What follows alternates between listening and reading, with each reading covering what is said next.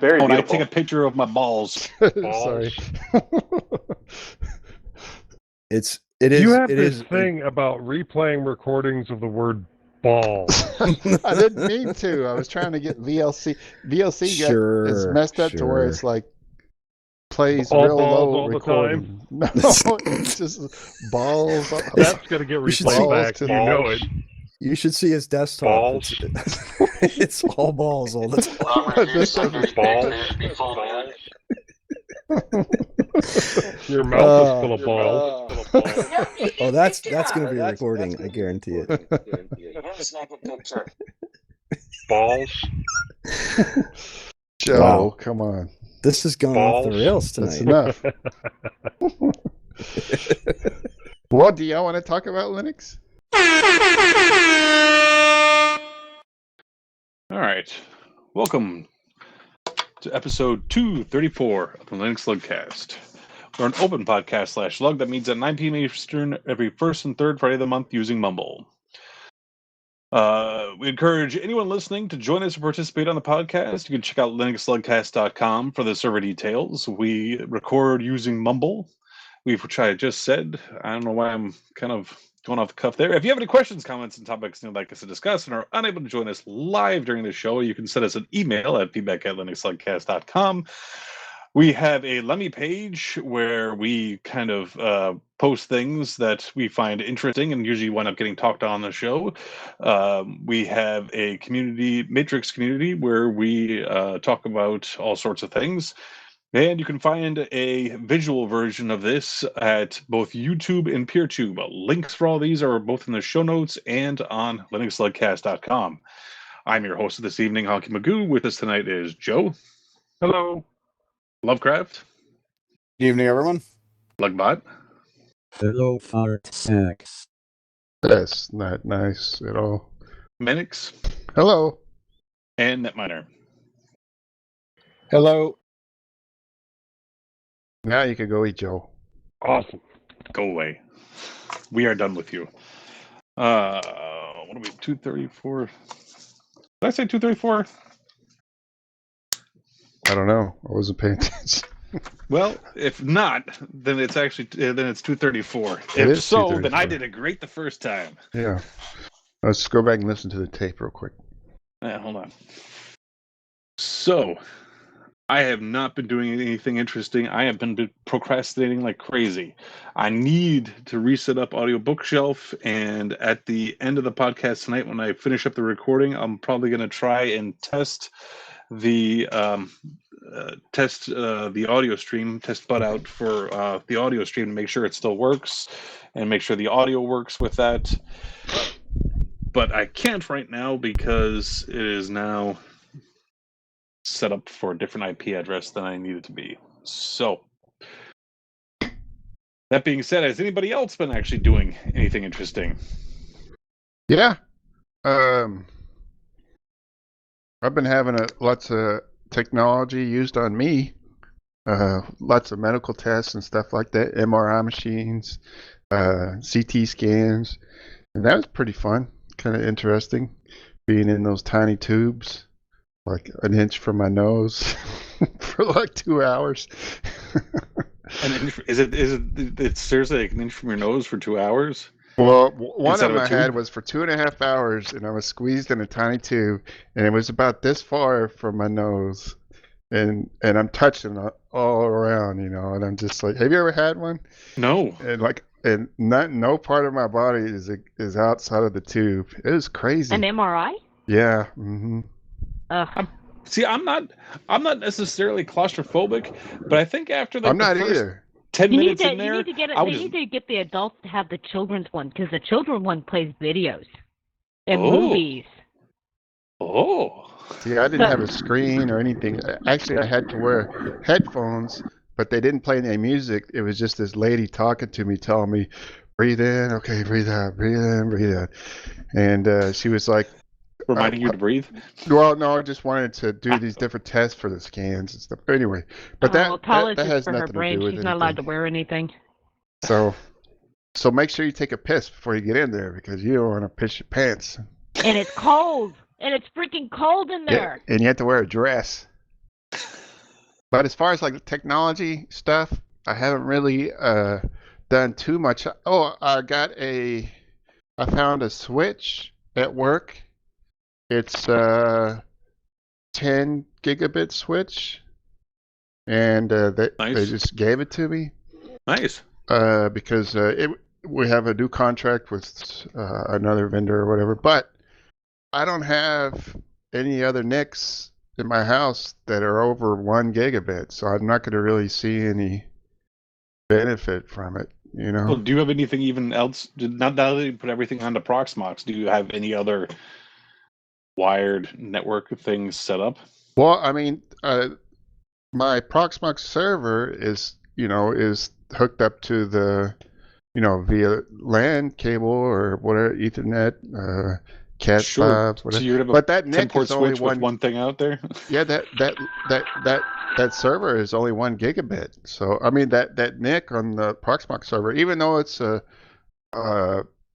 13 gen or 12 gen, I don't know, but that's only 1 gigabit. So now my router is 2.5 gigabits. It's a good router, and the switch is 10 gigabits. But I don't have any computers that are over 1 gigabit. So maybe in the future we'll see. I'll upload I'll upgrade my network. What other like wired computers or wired things do you even have? Whether it's gigabit or not. I got the backup server. That would be great to have as on a 10 gigabit network, because that takes a while to back up stuff and to restore stuff when I have to. I got the Proxmox server. I got the proxy server. I got Are you still running NPM on that little mini computer, mini PC? Yeah. Mm-hmm. I got that little Radshaw Zero. That looks like a Raspberry Pi Zero, but it's more faster. That one's running LibreElec, or not LibreElec, OpenElec, and I have that plugged into an adapter that goes from USB-C to Ethernet, because the Wi-Fi is not as quick. And that one's running super fast. And then I have a bunch of like other devices that are just not really computers, like TVs and sound bar and stuff like that, plugged into the switch. Oh, I got that little router too, that Xiaomi Mi Mini or whatever that we talked about last time. Remember? All right. And that's what all my IoT stuff connects to, because that's blacklisted from the internet. It just goes straight to my Home Assistant VM and Proxmox. So, but yeah, I mean, I can't really. It sucks because I can't really benefit from the switch without having. Oh, the Mordancy just posted. I think he's posting his internet speed. Oh, very nice. He's got 0.5 gigabit. Nice. Did I go too cheap? It was the lowest speed for the condo. Really? That's the lowest speed? That's the slowest that we could get, yes. Wow. Very nice. It's twice as fast. I'm glad you could join us. Yes, I tried earlier, but the rooms weren't working. Oh, really? Or Mumble wasn't working or something, I don't know. Well, now it's working. Oh, so that's pretty good for cheap. I have gigabit internet, but it's not really cheap. It's through AT&T.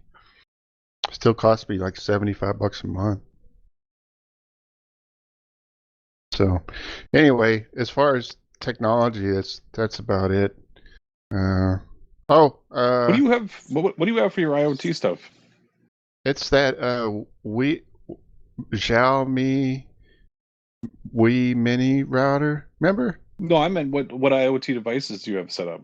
Oh, I got a ton of smart plugs, these inline circuit breakers that you hook up a plug, and you have to cut a wire in half and hook one side up to the other side up to it, and they were real cheap, like $5. But I got a lot of smart plugs that I bought during Black Friday a few years ago.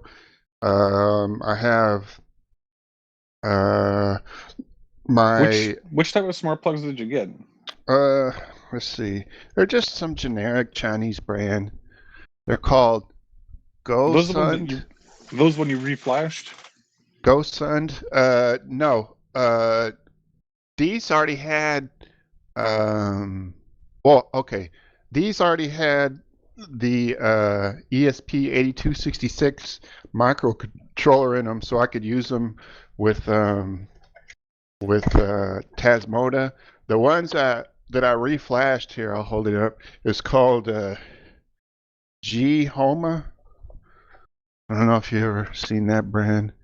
But what's good about these is they're 15 watts. I mean, not 15 watts, 15 amps. So you can use them for stuff like your 3D printer and stuff if you want an emergency cutoff, you know. But these are the ones I have to reflash. And but they run all kinds of stuff. They run my lights. They run my my CO2 tank for my aquarium. They run my what do you call it? The fans in my bedroom. Because I'm too lazy to get up and turn them on and off, but I have my phone there. I got you. And then I have those cameras, the Wise cameras, are hooked up to that little router too. Because Wise is a shitty company that's always getting fucking hacked and leaking user information, so they don't get access to the internet. And then what else? I have, now that it's getting colder, I have a little radiator. That the kind on casters that you can just kind of roll around from room to room. Yep. Little oil-filled radiator. I got that hooked up to one of those, which is cool because I can turn it off and on without, turn it on before I get home if it's real cold outside, and just stuff like that. Little stuff, nothing major, but it turns my lights on when I get, right before I come home, and so. Now, what is this, Mordancy? By the way, if you want to be privy to the special information we're getting from Mordancy, you should join our Matrix room, and all the details are on the website. $17? Wow. Yeah, that's the price of that 500 down and up. Damn, they got 2 gigabit speed? Yep. We don't even have that in my area, unless you get like a special business line that's supposed to be specially installed, When I got here, I did the speed test on my phone, and I was only getting 22 down and 1.2 up, and I was like, "There's something wrong." And we went to the phone company. And they were like, just reset it. They're like, nope, you should get more than that. Just push the reset button on the back. And yep, it fixed it. Really? Wow. Okay, okay, so Mordancy posted a picture. 1,399 baht, which is how much money? What's the exchange rate?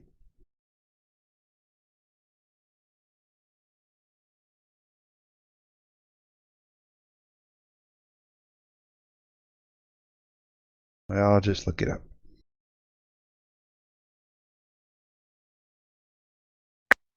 $52.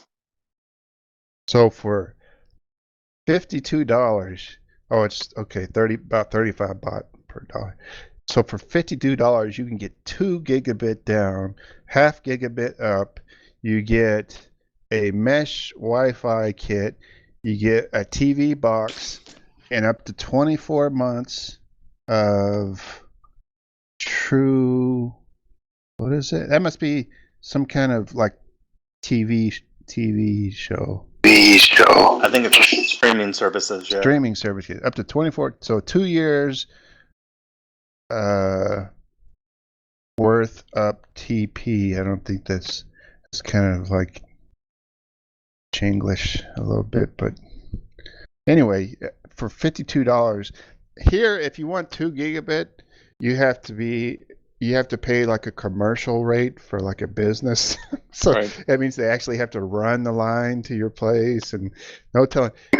And the install fee is only, let's see, what does it say?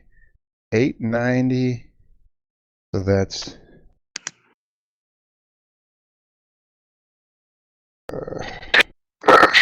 20 bucks. yeah, $25. Here it's like $99. The U.S. should be ashamed of itself. You know how far behind we are compared to other countries when it comes to internet service. Come on, Cell we're phone service. we couldn't be lower than 47th in the world. I mean, that's ridiculous. And like- I'm still waiting for medical, man. I would like to be able to afford my prescriptions. Like when I was in Thailand, I brought a burner phone with me that was unlocked that I bought from T-Mobile for $50, and now this was a few years ago, but I got a SIM card, unlimited data. I forget, however many minutes. It was super fast. At the time, there was only 4G, not 5G. And it was like, around $20 a month, something like that. It's crazy how cheap it was. Yeah, that may have been the capped unlimited. The unlimited cost me 50. Oh, does it? So I have. Okay. Oh, does it? Okay. I have the Galaxy tablet that I bought her last year. She went and set up the SIM card with the new phone number and unlimited access on a 3-month plan. It might have been $50 for the 3 months. I'll have to ask her about that. Probably was. But yeah, I carry it around as a Wi-Fi hotspot so I can use my U.S. phones and Google Maps, and so I can get around. So yeah, 35 baht to $1 is the exchange rate. So you can just kind of look at that and see how much everything is. Pretty damn good. So are you unpacked and everything and settled in? Yeah. TSA or the airport broke one of the wheels on one of my luggage. But yeah, I just have one drawer. Has my shirts and pants, and I didn't bring much with me. I only had brought 2 pairs of pants and ripped one of them the first day. So, Did you eat? Did you go out to eat and the food was just so good? Your pants just busted open? No, tore the knee. It's a pair that I had repaired here last year, and it ripped above where they fixed it last year. Well, clothes are so cheap there. I mean, you don't even need to really carry much with you from home, The only thing is, I had problem finding stuff that fit me that looked good, Yeah. Everybody's smaller than me. Yeah, because I'm 6'1", 225, so getting a double or triple XL T-shirt and it's still being like tied on my shoulders, it's a really weird experience, Get the XL fit. I bought a Ganesh T-shirt. I bought a Dragon T-shirt for my goddaughter. I bought 2 pairs of Levi's. They ended up being almost $100 a pair. Yeah, that is the bad thing about being there is like if you want some kind of luxury or American brand, be expected to pay out the butt for it because those import taxes are not cheap. Well, at the outlet mall last year, I bought 1 pair and it was like $25, and I went back to go buy more, and they didn't have the ones that I bought the first time, and I bought a couple pairs of other ones, and they ended up being that stretchy material, and I hate that. But second time they ended up being like $60 a pair, $50 a pair. See, that's when we went to Thailand last time. That's what we were advised to go to the outlet malls here, buy as many high value items as we could if we found good deals, and then my friends and families in my friends and their families in Thailand happily bought them for like 2 or 3 times what we paid for them. And I was like, yeah, that helped pay for like my food bill and tours and stuff like that. So, but if you don't need luxury brands and you don't need American style food and you don't need to drive a Chevrolet pickup, you can live super cheap there. Yeah, so I do spend a lot on food, but not comparable to the US. Yeah, if you can learn to live like a Thai, then that's the way to do it. Yeah, you can run like what, $5,000 a year or something. Yeah. I don't know, everybody left. Joe left. Honky left. I guess Netminer's still here. Oh, there's Honky. Oh, he's back. Okay. I just had to make some more tea. Oh. I'm still listening. We did go.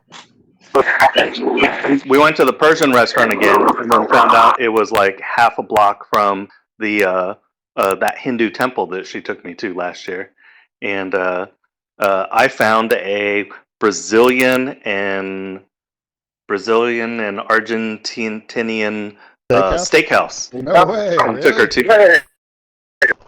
She talked about shit a brick when the bill came. She couldn't believe how much it was. They're not. So are they just as expensive there as they are in the States? Yeah. It was about $50 a piece.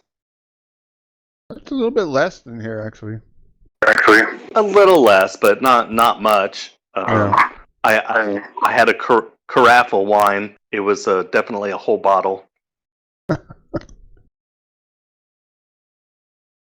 Persian place is great. We're gonna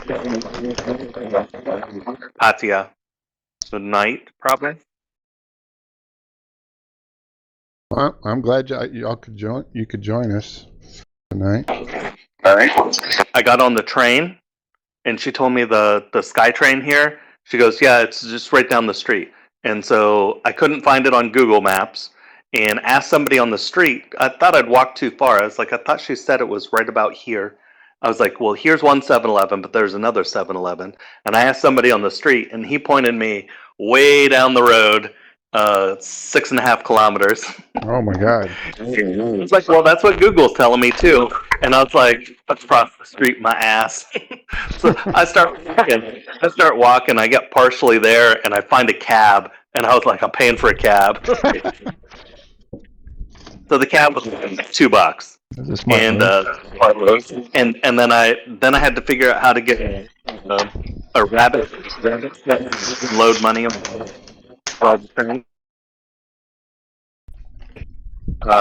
then went around a couple places. I bought my jeans. Met Anna, if you see her on the blog. Lady boy. I met a Chinese girl on the train coming home. She was had fake butterfly tattoos all over.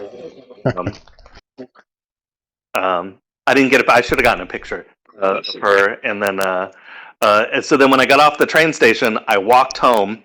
So it's almost 7 kilometers. Except Google took me the wrong direction through a not a village, but like a poor neighborhood. And there was no way out of it, so I had to turn back around. I thought I was going to die. It was 96 degrees, and I'm not up for walking over 10 kilometers in a day. That was way too much.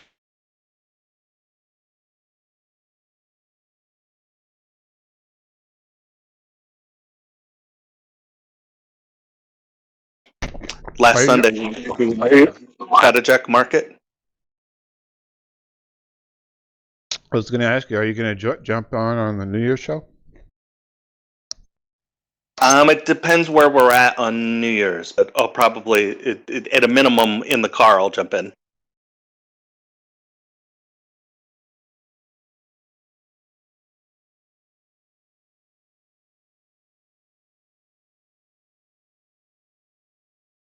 I meant to bring this up last time. Save this this post. So I'm in this community called Privacy on Lemmy, and they just post like stuff privacy oriented, like technology and stuff like that. And this guy posted this. Well, maybe I should just read it. And to me, it's insane. Like, is this even a real story? You know? So it says, I'm questioning my stance on social media. I don't want to say his username or anything, but I'm questioning my stance on social media. It's Joe, by the way. So just so you I'm questioning my stance on social media. Recently, I started talking to a girl on a dating site. Let me know if any of you guys have gone this far, is what I want to ask. I started talking to a girl on a dating site, and after a few days of talking today, she asked for my Instagram ID. I don't have an active Instagram account because I hate their data hoarding practices.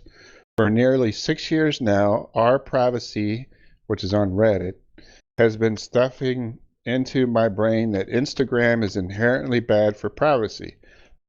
So I avoided it. Now, coming back to the situation, I remembered that I created a burner account long back and I hastily reactivated it. It had 0 followers, no name, no bio, and was set to private. I changed the username, followed some random accounts, and gave this Instagram account to that girl. And while sharing my ID, I made up a story that I deactivated my account several months ago and reactivated only recently, and my followers vanished due to deactivation. She immediately got weird about it and asked whether I still used the account, to which I replied yes, and then she asked if I had any posts on that account. Luckily, I posted some old shit posts and memes on the account and had a couple of story highlights.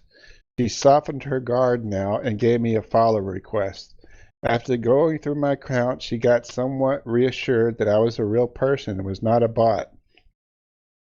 This has got me questioning my stance on social media apps, like whether I should follow such a stringent no policy or should I follow a lax approach.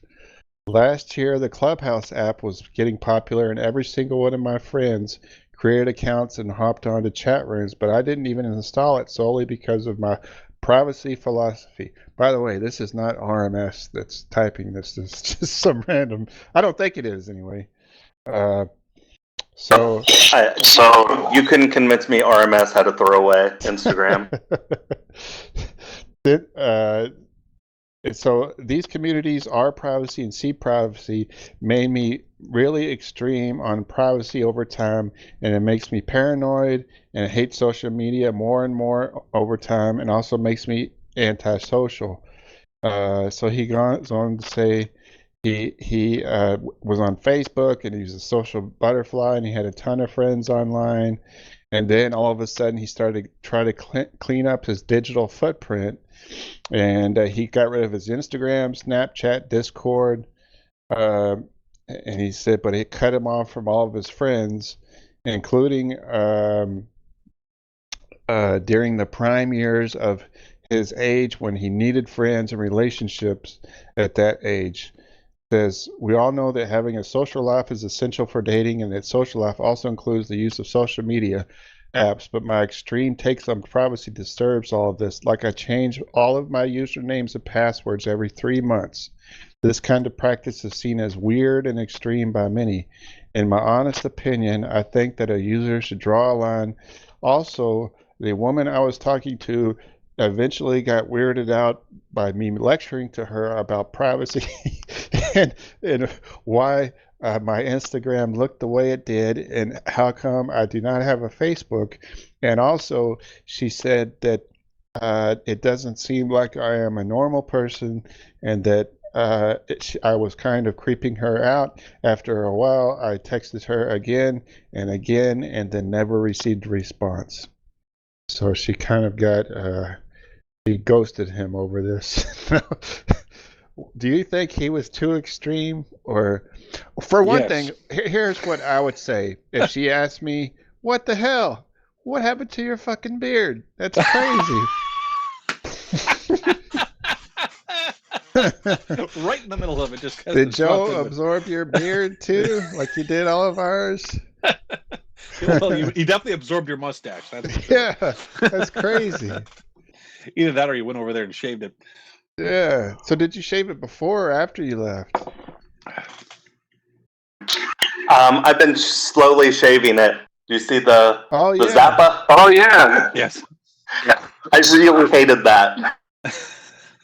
You should have done like the You Charlie should have done- Chaplin. I almost did. I shaved the sideburns off, and just had the mustache and goatee, and then I did the Zappa. He wanted me to shave the mustache. Did you do the Hitler?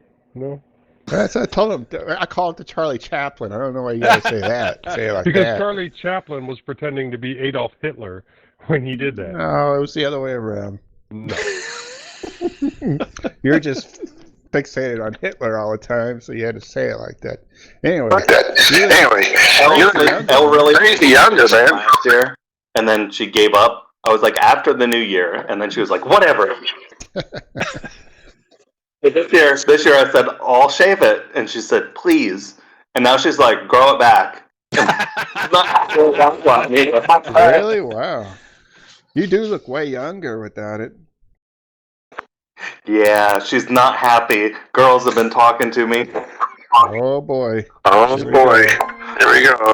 I had lunch with a girl a couple days ago when I was out. I went to one of the malls near here to eat and just look around shopping. Definitely not fond of the malls, other than the air conditioning. That's really nice. The one mall is half Japanese. So they've got all the little vending machines and stuff, and it's really awesome seeing all the stuff out of vending machines. That is cool. Anyway, that just shocked me when you jumped on the camera. I broke my train of thought, and I lost all sense of where I'm even at now because it's just not used to seeing you without a beard and a mustache. Anyway, All right, so back to RMS trying to date. Yeah. So why didn't this guy? Here's what I would have said. Because I really don't have one. I would have said, I don't have... Oh, is that... It's a Red Bull. So Red Bull is from Thailand, right? Yes. And this is apple and Moscata grape Red Bull, and it's sugar-free. And I usually hate sugar-free. This is delicious. They have, I think, a pineapple grapefruit, too. I found one can. I can't find cases of it. But she bought me Red Bull this year. Nice. If you find cases, send me a case. Or let me know how much it is to send me a case. $1 a piece. So, I brought a case of Liquid Death and a little more than a case of Liquid Death for her to try, and the Brazilian Guarana soda. I finally tried Severed Lime, and it was fantastic. Oh, yeah. yeah, I like it. I didn't think much of the teas. But the Severed Lime was really good. The Armless Palmer? That's I the didn't think much of lemonade those. tea, right? Yeah, that one's good. I like that one. So anyway, so why Back didn't to this RMS dude just say, I don't have an Instagram? That's all he had to say instead of going through this crazy routine of trying to make a fake Instagram.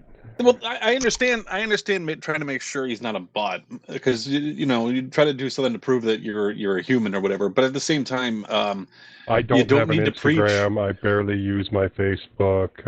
I do have a Discord, but you don't need to preach your policies and stuff to the person constantly, and not to the point of scaring them away. I have my 7 or 8 year old phone that's for social media stuff, and I don't put stuff on my current phones. That's a good idea. But I do have stuff on there. Well, I don't want any social media breaches to be connected to my phone that has my bank account and my dual factor authentication. Yeah, Well, that's a good idea. My wife uses Messenger to contact me. My grandma uses Facebook to see pictures of the family, et cetera, and to post about, Trump. But yeah. So I am going to have a Facebook, and then But is that do you guys think that's seen as weird now not to have social media, or Depending on Everybody else thinks it's very weird. Yeah. I guess depending on your age. I mean, I think I've set up a Twitter account, couple of Twitter accounts because when I was running for that campaign, and then there's sometimes where if you want to see certain videos, you have to have a Twitter account or a Twitch account. So I probably have those. I just never actually use them. And then probably the same with Instagram. I might have an Instagram. I'd have to go check. And Facebook bought them. All you have to do is activate it. Right. So yeah, I do have an Instagram account. So I have like a Facebook and a Twitter account, but I don't even like Facebook. I posted one thing in the entire time that I've had it. I mostly go on there to try to see pictures of my family and stuff. But I mean, now because everyone has moved to something else, I don't see shit on there. So I go on there maybe once a month, really. But I mean, the way I looked at most social media things is you got to follow the guidelines of garbage in, garbage out. You can filter the shit that you're seeing by only following certain things and certain people and keeping it private. And as long as you're not, friend requesting or friending absolutely everybody who sends you a fucking request. I mean, my friends list on Facebook is probably less than 12. Just because I've resolved to, I'm not being friends with anybody from work, only people who are actually friends, and then family, and that's it. So, I mean, I follow Phoebe. Well, on Facebook, I have a lot of friends. Like, I say a lot. For me, it's a lot. Like, I think 200. But that's family, that's old Army buddies, that's everybody that friended me when I was doing the campaign, and work friends, et cetera, et cetera. See, I don't allow work friends or anything, and I wouldn't unless it's a person who I actually want to see. The whole idea was to stay close to people from like family or like friends that I don't get to see as often. People I work with, I see them all the time. I don't want to be friends with them on Facebook. I don't give a shit about their opinions. There's a lot of people that I work at the same company with that I don't work with, that I'm friends with. So I don't go out and friend people that are on my team because I'm supposed to be, a leader to them. And but, somebody on another team that I like to go and hang out with, get invited to their weddings and stuff. Yeah, I'm friends with them on Facebook. So now, do you scroll through Facebook or just use the marketplace? Just the marketplace and Messenger. See, I have a Facebook account solely for the marketplace, just because I like to browse for deals on there. But I don't, I never even look at the main account or whatever. I don't know what's going on there. I do once in a while, but it's like once a month I'll scroll through and see if anything interesting has happened to any of the people that I used to know. But see, now at my age, it's not a big deal not to be active on social media. Now, this guy, he's probably in his 20s or something, and so that is a big deal, for him and his social group and crowd and stuff. And so I can understand, well, I feel like we need to break down what some of the privacy concerns are. Because I think there's a lot of people who go on and on about their privacy concerns, and I think some of it is people are just posting way too much shit. You know, you don't need to post absolutely everything about yourself, and then it obviously when you're doing that, it's all out there in the public. Yeah, I'll be honest. I stopped using Facebook near as much in 2015. What happened then? Trump was running for president. Oh, okay. Yeah. I think a lot of people stopped using it. Facebook got so ugly with all the posts and all the political garbage that was going on at the time. I got so tired of it, I just turned it off. Yeah. 8-year-old relatives use Facebook, and it's the only way to get a hold of them. I don't know if you heard that. I heard it. Yeah, I feel like some of the privacy concerns is mostly geared towards when you post stuff, it's out there for people to see. So don't be stupid and post everything about your life on Facebook. That should be your privacy concern, is you posting too much shit.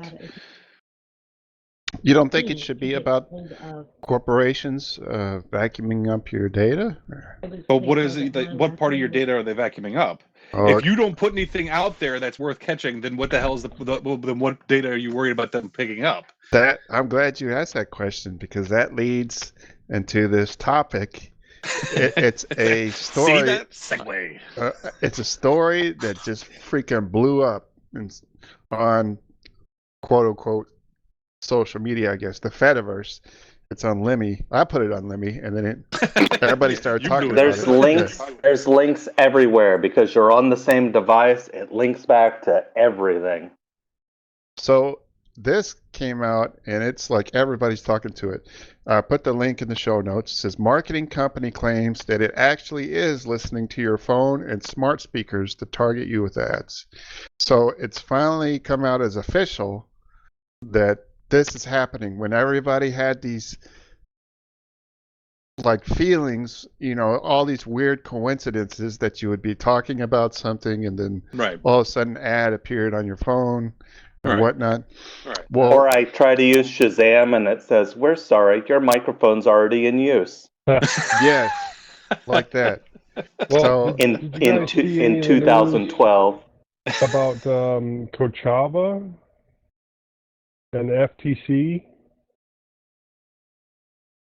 I will post this link. FTC sues Kochava for selling data that tracks people at reproductive health clinics, places of worship, and other sensitive locations. It's truly astounding the amount of data that this place was collecting and selling on. Just like everything you could possibly do. Like, people could literally use it to stalk you if they wanted to. Or the state of Texas could use it. And the state of Texas could use it to see if you were pregnant or not and got an abortion. So the bounty hunter laws. This isn't just any random marketing company. This is part of Cox Media Group. I don't know if you know who Cox is. Cox Cable, and they are huge, freaking huge. And it says they have claimed it has the ability to listen to ambient conversations. This marketing team is saying this. Ambient conversations of consumers through embedded microphones in smartphones, smart TVs, and other devices to gather data and use it to target ads, according to CMG Cox Media Group marketing materials. It says the news signals that what a huge swath of the public has believed for years, that smartphones are listening to people in order to deliver ads, may finally be reality in certain situations. Until now, there was no evidence that such a capability actually existed, but its myth permeated due to how sophisticated other ad tracking methods have become. So I guess this is kind of like the smoking gun, Well, the problem isn't with that saying isn't the problem isn't social media. The problem is this. Well, that's true. Where it is. That's the microphone. That's the thing that's collecting all the data right there. But who hires these marketing teams? Facebook probably does. Maybe. The only one that really Amazon needs to probably is more. Google. Amazon. Well, yeah, Google. The people who created this. Alphabet. Alphabet overlords. They're the ones collecting the data. They're the ones controlling the mic. They're the ones collecting the data, and they're the ones selling it out to other people. So this is where the problem is. The problem is right here. I don't think this is a smoking gun. There's been several over the years. There's been 3 or 4 of the television companies have gotten in trouble for listening to customers live and not having it in their end user license agreement, and then they add it in, and then you don't have to talk about it. Apple had a way to monitor. Apple had a way to monitor the laptops and eMacs that the students were using at home. iMacs. They were watching kids in their home in their bedrooms 24 hours a day. Yeah, And, weren't the Chromebooks doing that too? I didn't hear about the Chromebooks, but I would assume yes. But the light on the camera feature when it's on and stuff can be turned off while the camera's on. Right. Yeah. Wasn't it almost 10 years ago, sometime between now and like 10 years ago, that somebody from Roomba got in trouble for making a meme out of a video that one of the little mobile vacuums took of someone in the bathroom? Maybe. Sounds reasonable. Yeah, that's why I always go for the off-brand ones, because the off-brand ones are stupid. They don't, they're not hooked up to any smart app or whatever. They just kind of bounce around the room. Their whole thing is they keep going until they run into something, and then they just turn around and just keep going around. Their thing is just keep going until they catch everything just by the fact that they keep moving. Okay, yes, I was right. A Roomba recorded a woman on the toilet. How did screenshots end up on Facebook? Oh, remember we had that story about the security alarm company that? Oh, that's right. They were spying on people. It said the technology CMG uses is called active listening. With active listening, CMG claims to be able to target your advertising to the exact people you are looking for. The goal is to target potential clients or customers based on what they say in their day-to-day conversation, the website adds. Specifically, those could include the car lease ends in a month. We need a plan. These are examples. A minivan would be perfect for us.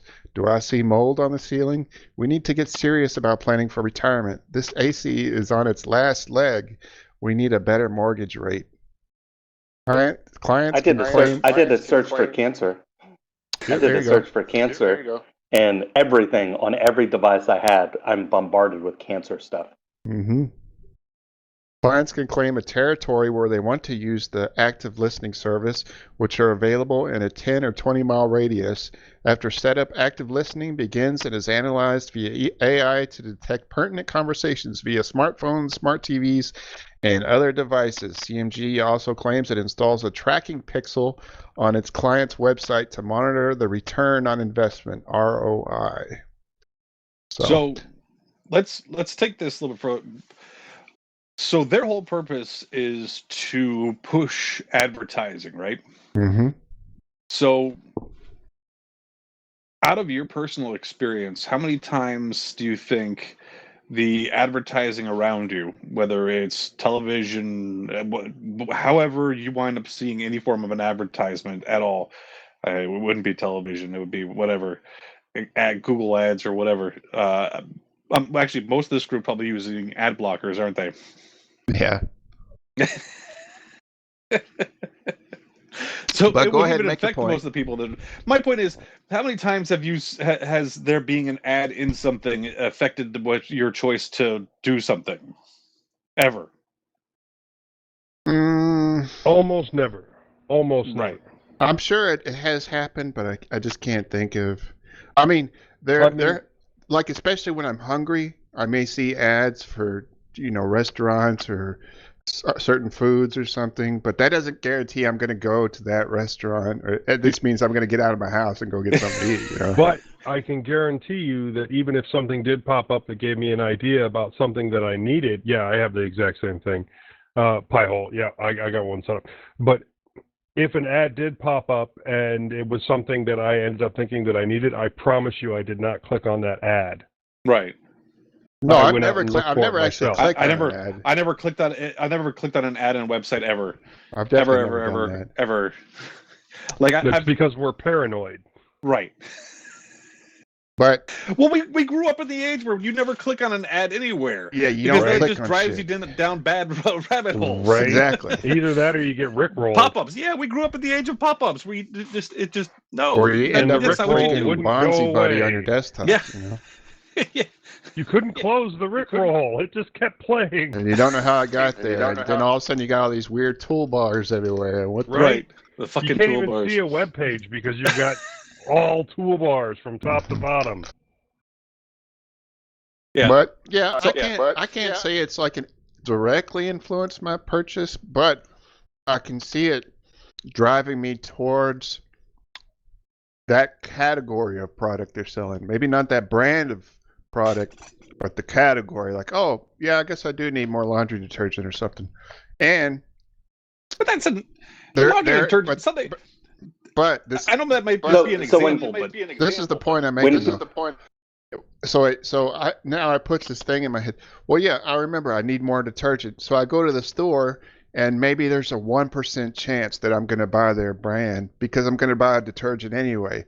I think that's more how it works than buying the specific brand that they're advertising. Just getting you to buy that category of product, and there may be a chance that you buy their brand of that product. Detergent, something like that, is more of a necessity than it is anything. You're going to buy detergent because you need to wash your fucking clothes, because we're not animals who just buy throw our clothes away and buy new ones each time. Yeah, but am I going to necessarily buy Tide Pod detergent, which they're trying to sell me, you know? Most people usually find like one brand and then just kind of stick with it out of habit. Yeah. Look, I don't all know that you buy the flavored Tide Pod. I do buy Tide Pods, actually. It's delicious. Flavored all right? Tide Pod. It's delicious, all right? Goes down smooth. Just a little Before we burning. get too far off track, let me just say this.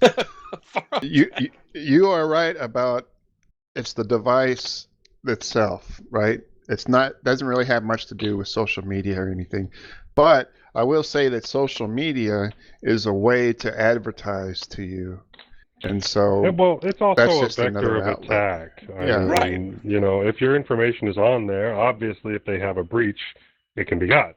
Well, that if you're one of those people who posts a bunch of crap, then you're just throwing yourself out there for. I mean, if you find somebody and you do a target on them, you could probably pull up a lot of their personal information, and a lot of people use a lot of their personal information for things like passwords. So you can throw that all the police into. Use it to know how to execute warrants.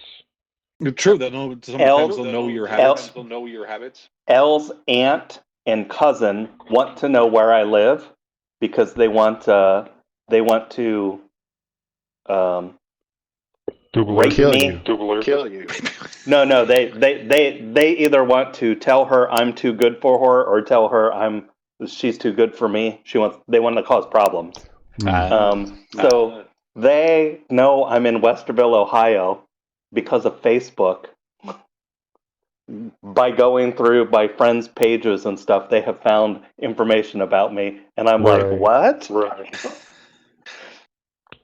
But yeah, with the limited amount of stuff I post, they're trying to find a picture with my house address so they can find me. That's why you don't post stuff like that. Because if the number's in any of those pictures or any picture I'm tagged in, then they can search and then find houses that have that number and then look at the Google Street View to see if it's the same photo. Well, like Texas, it's all, public information. If you rent, if you buy, if you have a phone number, mortgage, it's all public information that you can get to relatively easily. So even without social media, someone could track down where I live. So people didn't believe that the phones were listening, and I would start talking about random stuff together, like wanting a cowboy shirt with octopus tentacles on it, and then the person would start getting advertisements in their Facebook feed. Right. They'd be like, they don't even make those. I think I once mentioned that I was looking into maybe getting another router, and then I didn't put it into a search engine or anything. I think I mentioned it to Jackie and it would have been in our first in the duplex, so it would have been a long time ago, like 13 years ago, and that's all I got was ads almost immediately, 4 routers for like weeks. I was telling somebody about there's a TED talk from Guar, from one of the members of Guar, and it's hysterical. You have to watch it. And I was like, I can't find it. I know it's somewhere, but I was talking to them about it, and it popped up in their YouTube feed. Nice. Well, that looks good. Oh, this is what Jackie likes to do. Here, hand me that. She likes to buy purses from like Goodwill, and this is a Coach purse. I don't know. They're rather expensive purses, and then refurbish them, and then give them away as gifts. So what'd she do to that one? What did you do for Hold refurbishing? on. What did she do? Tell us now. You gotta tell them how you refurbished it and how much you paid for it. Okay. So this was the color of the week, and that's how much I paid for it. No, you're gonna have to do it. What do you mean color of the week? $15.99 Coach purse. And it was half off. In my Goodwill, some Goodwills, most of them around here have a color of the week, and anything with a little plastic tag, or like how you would put on the tag for clothes, the color of that is whatever, the day they receive it, it gets that punch when it makes it through. And then every week there's a different color. There's red, orange, yellow, green, blue, purple, and the clear. Now, what did you do to this purse? Well, I started off with having to clean the hell out of it. It wasn't that it was dirty. It was just that somebody had never taken care of it. So what do you do to clean it? Well, the inside I steam and then kind of vacuum it out, and sometimes use what do you call it? OxyClean. And it just depends on what color it is. If it's dark, I use the Dawn OxyClean because it tends not to move color. But if it's a lighter color, I use we're going to go with the dollar store stuff, man. That stuff will bleach anything. And like, here, if you want to show them that's with one coat on it. On one side. On one side. And so it was just really beat up and... Weird. How did it get that color? Were they a smoker or something? Or no, just wear and tear. You could tell that was a side on the body that they wore it out a lot on. Same with the handles. Okay. So it started off that was with one coat. I use Leather Balm, which is colored dark brown, and this is 3 coats to get to the color that it is. And then I've been I like CPR leather. You can get it over at Tractor Supply. It's great for cleaning saddles and stuff, shoes, purses, and it helps put a nice coat so in about 24 hours, it conditions the leather and it leaves a good waterproof coat on it. That's pretty cool. You can use it as a cleaner too. So I've got 8 purses done so far this year for Christmas. Wow. And some of them are Coach, some of them are Donnie and Burke, some of them were Chanel.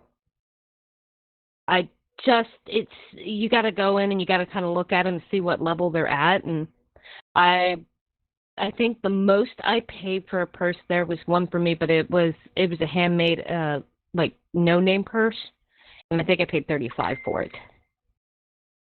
But I really like it because it looks like an old map case. Cool.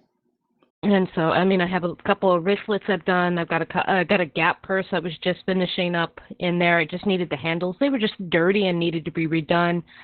The Coach upstairs was silk, and I needed to steam it and I did it with Q-tips to clean the spots. And then you clean up the patent leather with 1 part alcohol to 2 parts water, and then I'll reseal the patent. Nice. And then what I'll do is I will order purse bags, and add them to, and then I will give the person the purse with some things in it that make them happy, and I try to match the colors that they like or sizes that they like. That's pretty cool. So, but I'm not dropping $700 on a purse. Yeah, ever. I don't blame you to. Yeah. So, did you ever witness any ads or anything like that popping up from things you talked about, Jackie?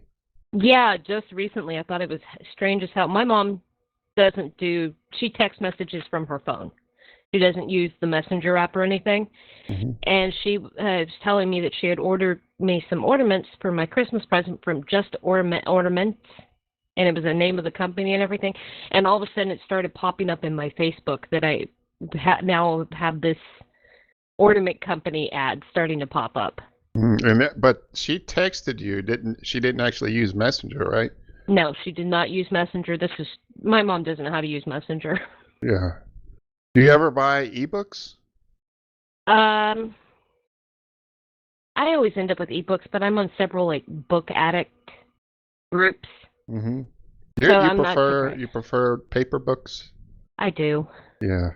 Well, that's good, because this next article says that ebooks are fast becoming tools of corporate surveillance as well, since we're on the privacy topic there. It says that reader surveillance, or first it says, major publishers are giving big tech free rein to watch what you read and where, including books on sensitive topics, like if you check out a book on self-care after an abortion. Worse, tech and publishing corporations are gobbling up data beyond your reading habits. Today, there are no federal laws to stop them from surveilling people who read digital books across the entire internet. So if you were to get a book on, it could be anything, say being in a lesbian and family, a family with two moms or something. It could be abortion care. It could be anything like that. But the thing is, there are no laws preventing these companies from selling that information to whoever is the highest bidder. It says if you check reader surveillance is deeply intersectional threat, especially when it comes to civil rights, groups who are interested in anti-surveillance, anti-book bans, racial justice, reproductive justice, immigrant, and anti-monopoly. So that's just another way. If you use a Kindle, I mean, it's not really about the ebook themselves. I guess it's about the device that you use to read your ebooks. So I guess that would be your phone as well. Is a Kindle or anything that's connected to data somehow. Another reason not to read. Yeah.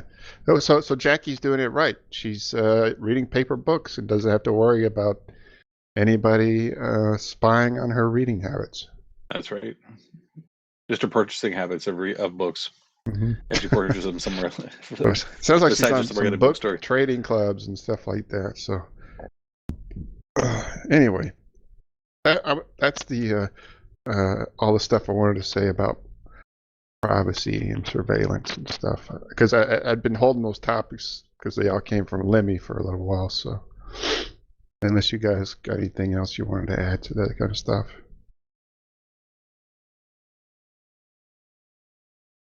So what has Joe been working on? You never told us.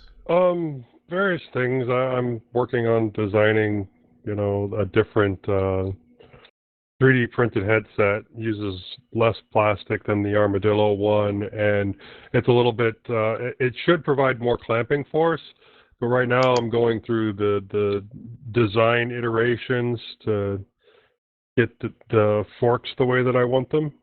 And I have so many old sets of Hash 3s that I'm using the forks for that as my base. And then later on, I'll just keep this top portion here and replace the forks with whatever headset forks work. And then I'll be able to switch things around as needed. But right now, it looks like I need to move the hole a little bit further in so it doesn't bend out too far. And then maybe I can even remove some of the plastic from there if I move it and don't screw it up.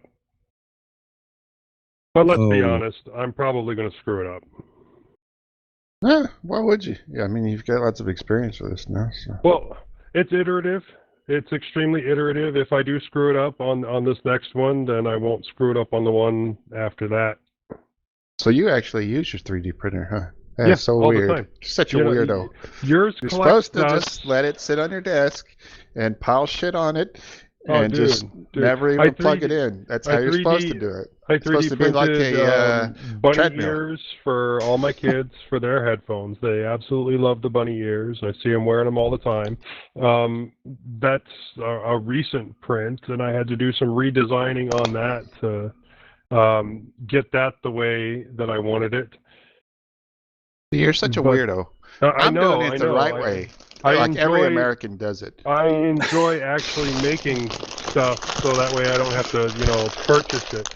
I already told you I 3D printed. Hold on, I think I told you guys.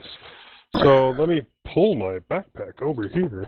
Pocket pussy. I've been using jacks a lot at work because I want to. So I don't remember if I showed you guys this or not. This is a little 7-inch screen that's Yeah. used for like a Raspberry Pi. So you use so- Samsung on decks at work? Yeah. So I'm using my phone because I'm not allowed to bring in a computer of my own. So I use this, and I just I have an adapter, and it hooks right up to this. And sometimes the touch screen works, and then sometimes the touch screen doesn't. But I also have a Bluetooth keyboard and mouse combo. A Bluetooth keyboard and touchpad all built together. That it took me some work to be able to get it to hook up to my phone. I guess I just had too many Bluetooth devices paired to my phone, and nothing new wanted to pair correctly. Don't know how that happened. Cough, cough, so many headphones. But I had to like reset my entire network stack on my phone, which also wiped out like all my Wi-Fi and everything else. And then I was able to go back and connect the headphones that I'm still using and connect to this, and I'm able to use that directly on my phone. So you did all this so you could play Candy Crush at work, right? Yeah, Candy Crush at work. That's exactly why I did it. Actually, I've been using Joplin quite a bit. Oh, you have? Do you like it? It has its quirks. Yeah, I have one of those as well. But this one has this pretty little touchpad right here. Yeah. But no, I've been using it in conjunction with Joplin, and then also like split screening and watching some of the YouTube stuff that I like to discuss with my wife. So a lot of the political stuff I'll end up watching at work. Now, are you syncing Joplin to anything? Yeah, I'm using NextCloud, and it's it's on all my devices. So it works out. Now, like what are you used to using for notes? What was it? I've used a lot of different notes, but my most recent one before this one that I used for a long time was Standard Notes. Before that, it was Simple Note. Before Simple Note, it was Evernote. Before Evernote, did you ever use Google Keep? No, I never did use Google Keep. I don't remember what was before. No, before Evernote, I did use OneNote, but that would have been. Oh yeah. I still use OneNote for like work and stuff, and I still think that OneNote is like the best thing that Microsoft ever made. So it is good. Yeah. But he doesn't like us saying that. Look, it's the best thing that they ever made. That doesn't make it great or anything. That's a low bar. Yeah. Well, I used Google Keep for a long time, and I liked it just because as long as you had a Google account, you could access it anywhere. I'm still learning all the features of Joplin. I know that Eric was telling me that like you could put pictures in there and stuff, and or web pages. But like he has a lot of plugins too you can use. Yeah, I haven't even gone down the plugin path yet, but like I have started using tables on there, which is something that I couldn't do with standard note. So. Yeah, Eric turned me onto the plugins. I didn't even realize that how many there were till he mentioned it. And there's a ton. It's a big community-driven product. But yeah, so I started using Google Keep, I think, was the first note-taking app, and then used that forever. And then I think I got Evernote on one of my phones that I had bought. It was already installed, so I'll just use that. And then when I installed NextCloud, I started using NextCloud Notes, which is good. And then I used Joplin, which to me is the best so far. I never used OneNote though.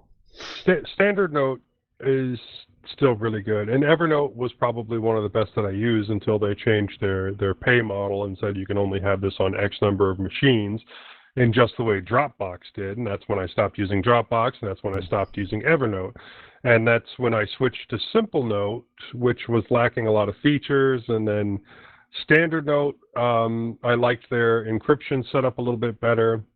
And then that's one of the major things that Joplin is missing, and there is not a plugin for it because I went out and looked. Encryption?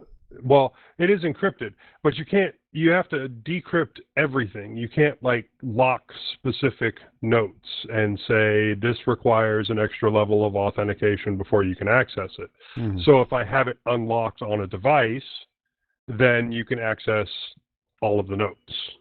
I'd like to be able to, look away from where I'm taking notes and only have the one note that's right there available if that's the case. And then more authentication to get to whichever ones that I want locked.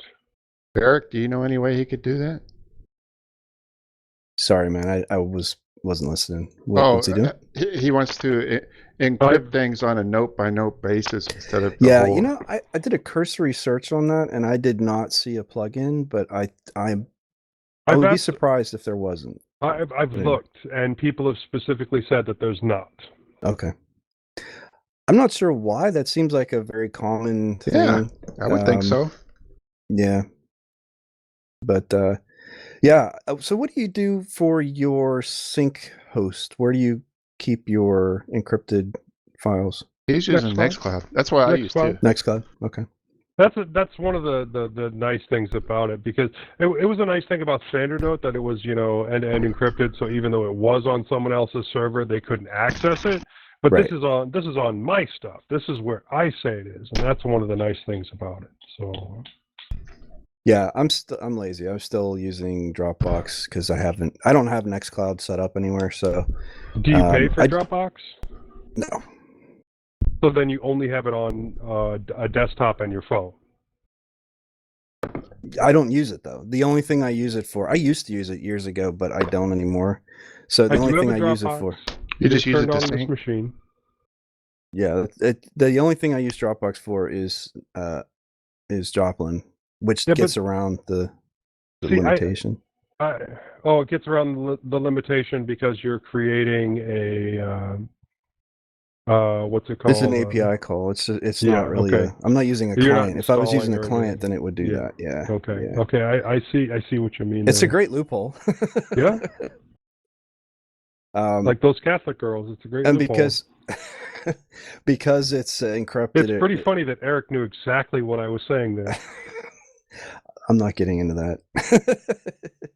Don't lie, you got into that plenty. There are ears about. No, so I've been using it that way. I just saw an article like 2 days ago about some easier way than needing a whole NextCloud instance. I don't know what it was. And self-hosting it, but yeah, I just haven't. If I could do it like on my NAS or something like that would be good.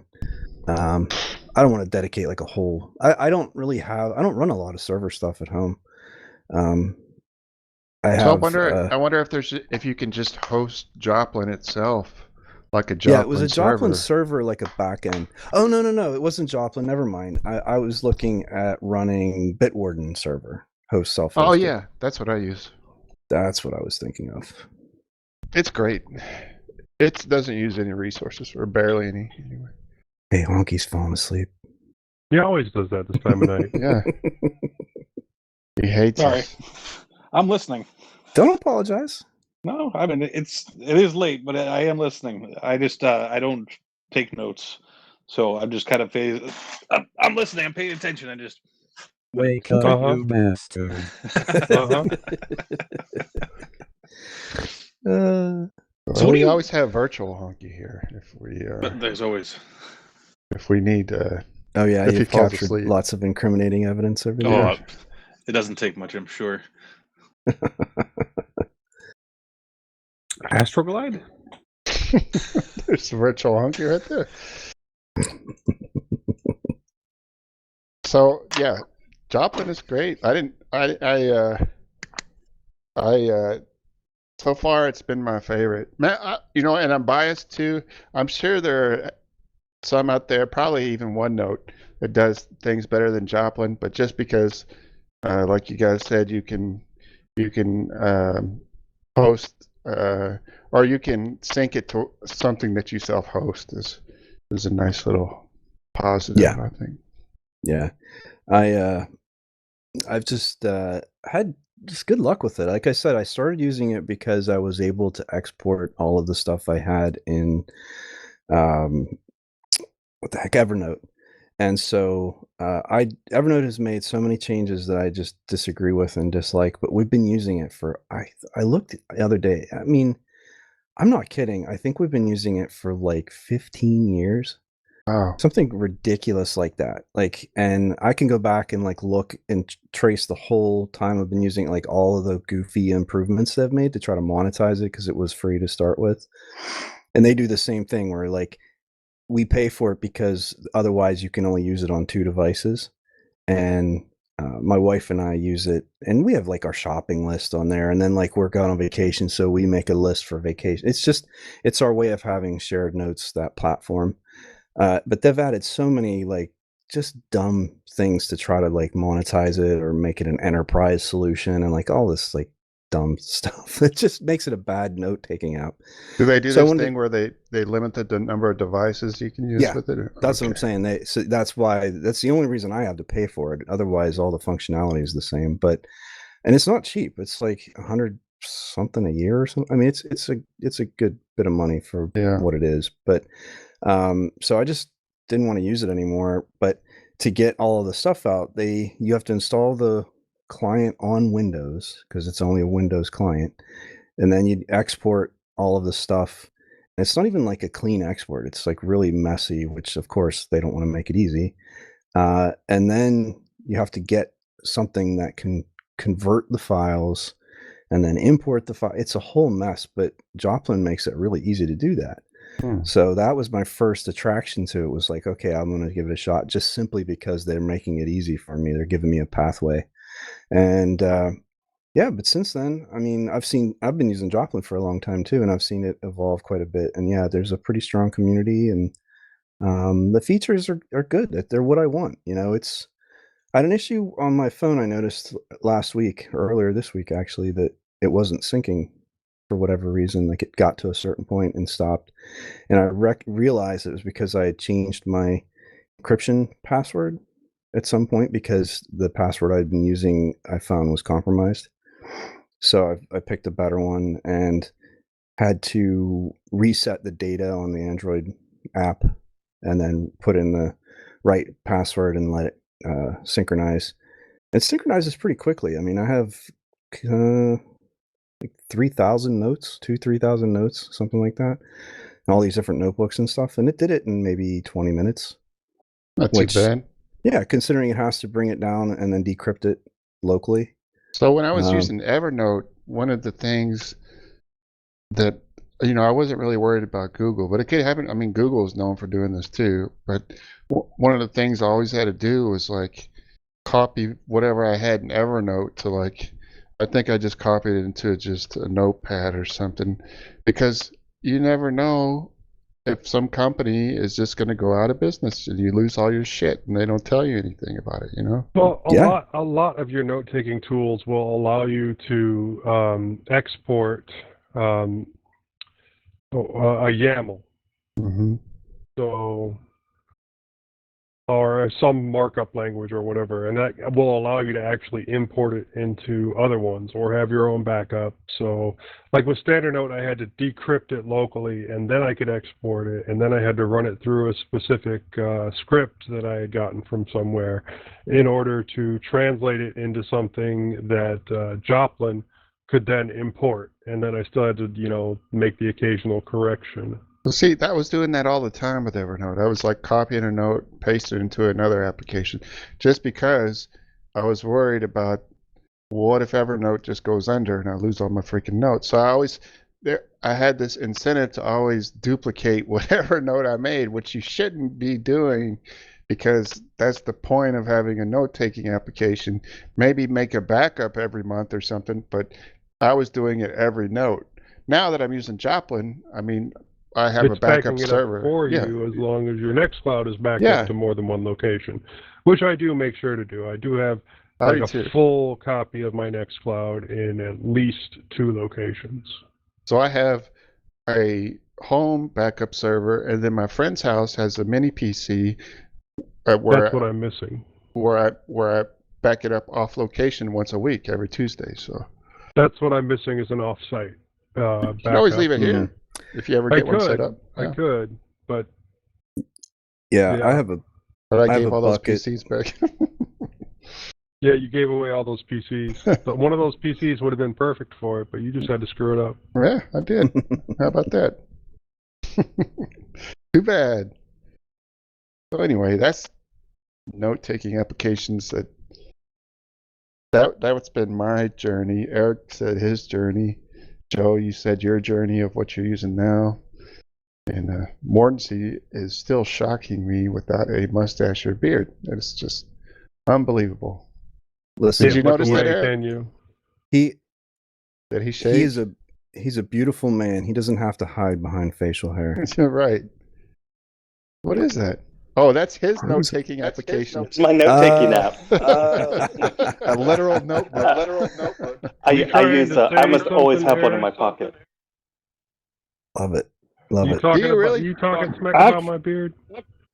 Actually, who's taking the tea?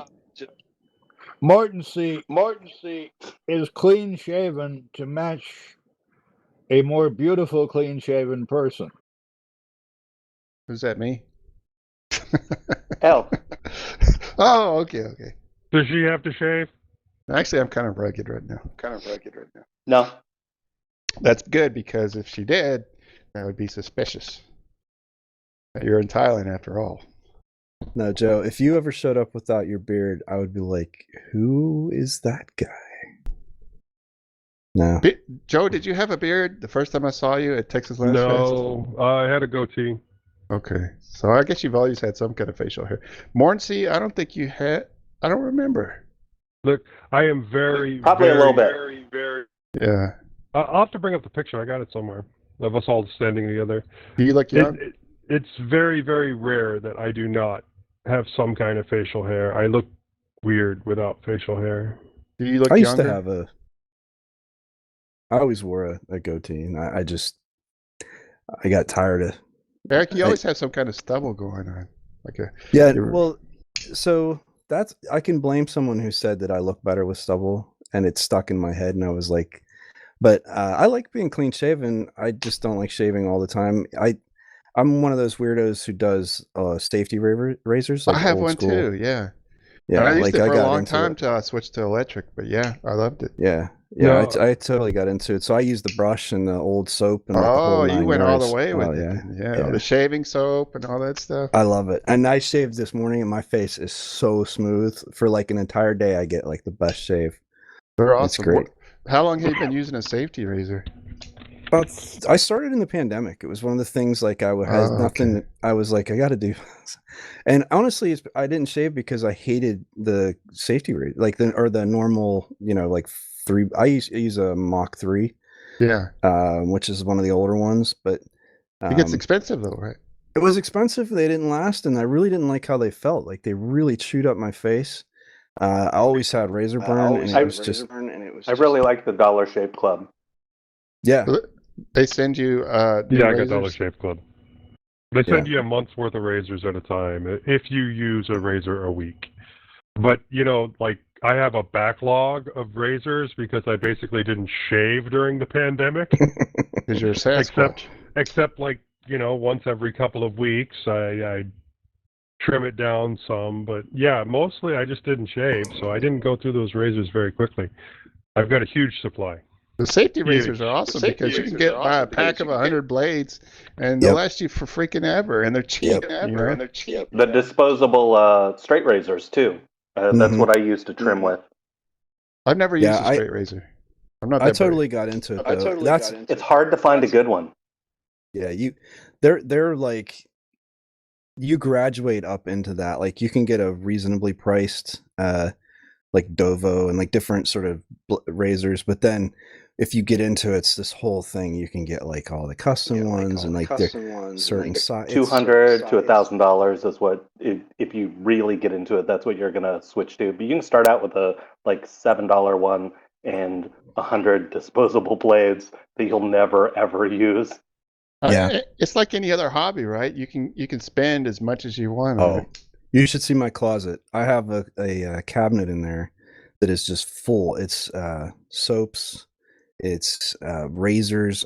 So when I started, all the vintage stuff was really inexpensive. So like the old Gillette and Schick stuff from like the 20s and 30s and 40s, like all through that era. And it's amazing how over-engineered and overbuilt these products were. Because I have ones that look like they're brand new. They're like 80, 60, 70, 80 years old, and they are like they never were used, and they were used. They were used by someone for years, but they just held up that well. The materials they use, the quality of the construction of it all, and a lot of them have like moving parts, like you open them up, they have like opening doors and all that stuff. Like a little butterfly open. Yeah, and so I have the safety razors during the war. Really? Yeah, because of steel. Yeah, they gave steel everybody rack, a Gillette safety razor in a little kit. Whenever you were a GI, you had a little kit and it had a Gillette speed razor in it. Yeah. Now, were you scared the first time you used it? I was like, oh man. No, little tiny strokes. Took me about an hour. So I tried it years and years ago, like probably 10 years ago, and I got a cheapo razor, like Mordancy says, but I got one that was just wrong. Like it was didn't hold the blade properly, and so it messed me up. I did a number, and I thought, okay, well, never again. And then again during the pandemic, I was like sort of looking for better ways to shave, and I came across like the whole community of shavers and all this stuff, and was reading how other people had similar problems, and they said you got to be careful because a lot of these things just aren't well made, or aren't adjusted properly or whatever. So I got a different one, and it wasn't expensive, and different blades, and you can get blade sample packs, and it's just like a blade of each different type and all this stuff. And so I just got into it and played around with it for a while, and started getting really good shaves after like just a few times of playing around with it, and like to the point where I was like, I mean, it's hard to explain how smooth it is when you get a really good close shave, because I've never gotten what blades a super. Well, so now I'm not using a traditional safety razor. I'm using something it's got something called Artist Club blades in it, which is like a wide single edge blade. And they use it for barbering. That's what you would normally see. And then they use it in like the shavettes, they're called, which is essentially like a straight razor that you replace the edge, replace the blade. And so they use it in professional barbering. The difference is that it's a stiffer blade. So safety razor blades, as you know, are like super thin and super flexible. Yeah. They have a single, like a double edge, like a facet, like one sort of, shaped face to the blade. Yeah, they have a bevel on just one side. Right. Yeah. Exactly. And so these single edge blades have a double bezel. so both sides are tapered off, and it just, for me, it's a stiffer blade, and so it the way it like engages my skin and stretches it as I shave, like it just pulls it perfectly. And so I love that razor, and I use it all the time. It's like a snowplow. It's so big, it takes huge swaths of hair. And then the other one I use is also it's called an injector, and that's the kind like Schick. If you see old Schick razors, it'll be an injector razor, and it's the same thing. It's a single edge blade, stiffer blade, different steel. Anyway, so I've just been experimenting with all the different stuff. I never got into straights, but I have I probably have like 200 vintage razors. Damn, really? Yeah, they were so cheap on eBay. You get like a lot of them for $10. You get like 10 or 15 of them in one go. Not anymore. They got in, like, other people have discovered it as a hobby, and now all of a sudden people buy the cheap ones and then resell them, you know. So yeah, you could. This is also the same reason that I cannot get broken headphones anymore. Not from eBay. Isn't it terrible? Somebody decides they're going to corner the market. They go and they buy every listing that's inexpensive, and then they just hold them and sell them. I've seen it happen with the razors. It drives me nuts. But anyway, so I got lucky and got all these before. And yeah, I tried them all and played around. It was just something fun to do, you know? And I met a lot of cool people. I have a YouTube channel. Holy shit. We're finding out so many details about Eric's underground shaving life. I called it Better Every about. Shave because it was learning how to use it and all this stuff better and stuff. Yeah.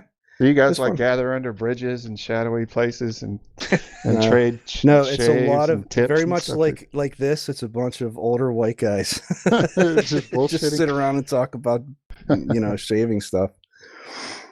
I think because it's such an exclusively male kind of thing that there's that sort of like camaraderie of like, well, I've had to spend my whole life shaving and I hated it, and now I've found a different way that I enjoy, and like yada yada yada.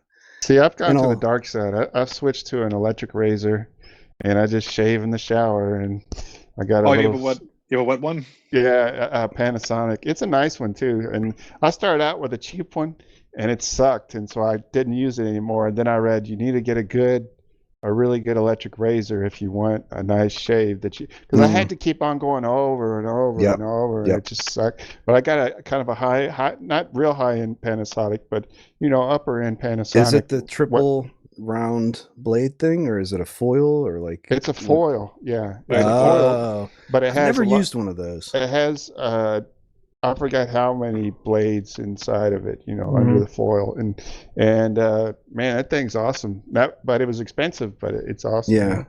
So you shave in the shower? Yeah, I have one of those. Do you have those mirrors that don't fog up, Okay. And I use a shaving oil, instead of like a shaving foam or whatever, because the oil works a lot better with the electric razor. Did you use a shaving foam with the electric razor? No. I used the foam with the safety razor, because I used the safety razor for a long time, and sometimes I still have it. Like if I missed a spot, I was in a rush, I'll just touch it up with the safety razor. But yeah, I usually shave in the shower about every other day with that. Mine's a Phillips, and it's relatively inexpensive. It's not a great one, but it's one of those ones where I have to shave with it dry, but I can use wet to clean it out, which really, trying to clean it out dry is just fucking miserable. So at least I can clean it wet. Yeah. It's fine. It does the job, and it's better than trying to use the a regular razor. I don't like shaving. Hate it. Absolutely hate it. If it was up to me, I would never shave again. But the problem is, this starts to get the biggest problem is right here on the neck. It just starts to get too itchy, and it gets like it's like almost claustrophobic itchy. I'm like, all right, I just gotta fucking shave this thing because it's itchy. It's horrible. I don't understand people who are like, oh, you just let the thing grow out, and then when you grow out, it gets nice and soft and stuff. You have to get past that stage. No. This is itchy. It's irritable. And my biggest thing has always been I need like a decent kind of sex toy. Yeah, it's for shaving your ass. What is that? Shaving your balls. He's like, That's for your balls.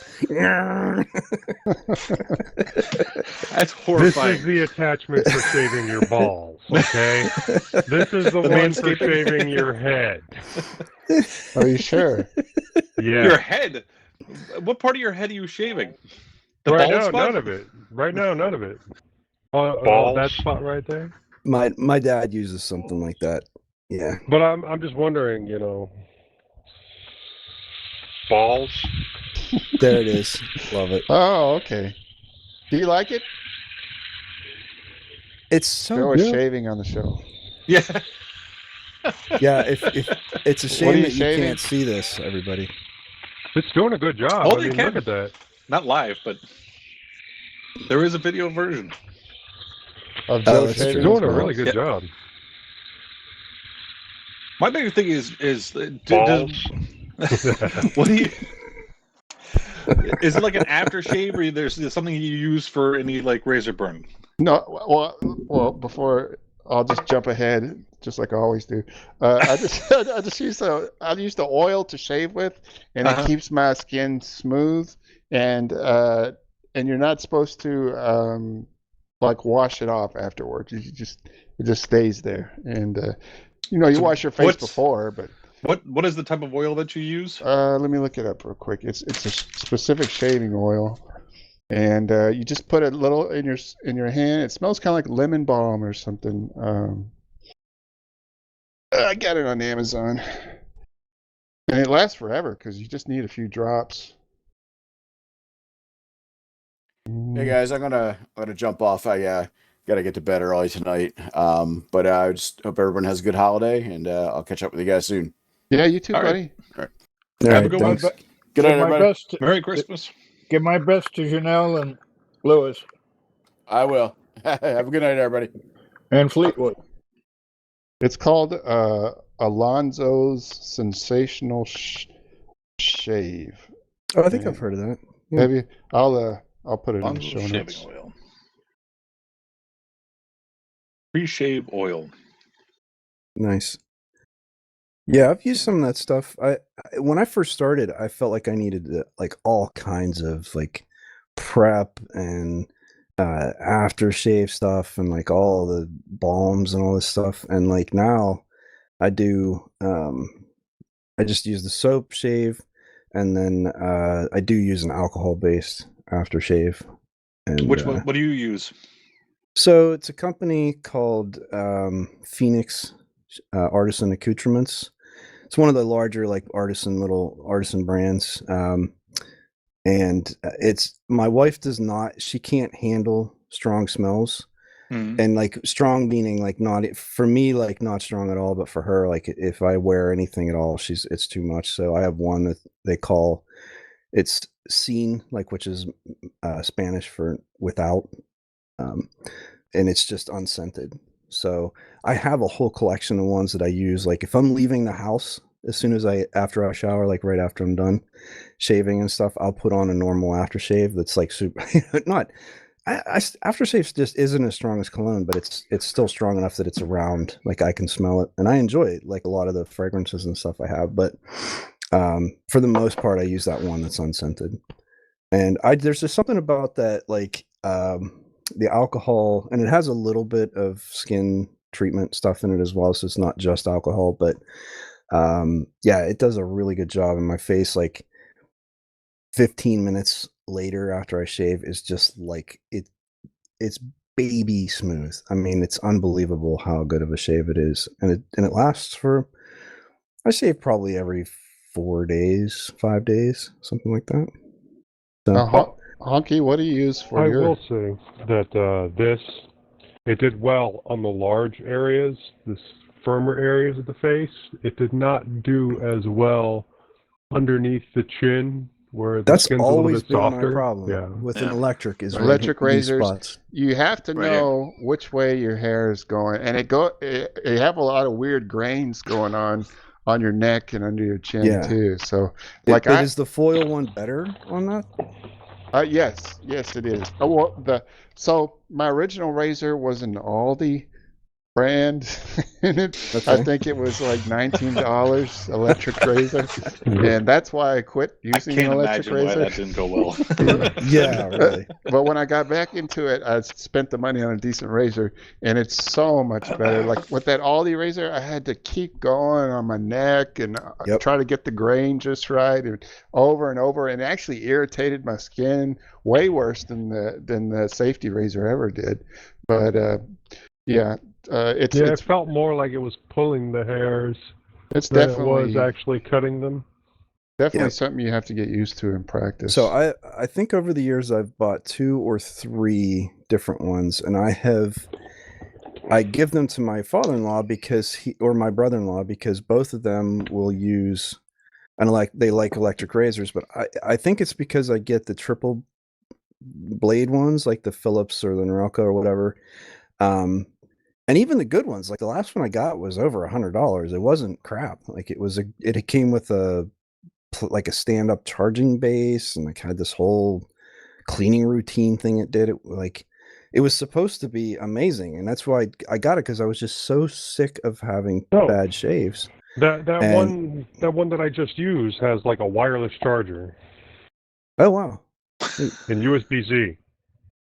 But yeah, so I just got tired of it just didn't work. I had to go over those same spots over and over and over, and I'm like, this is supposed to be like the best one.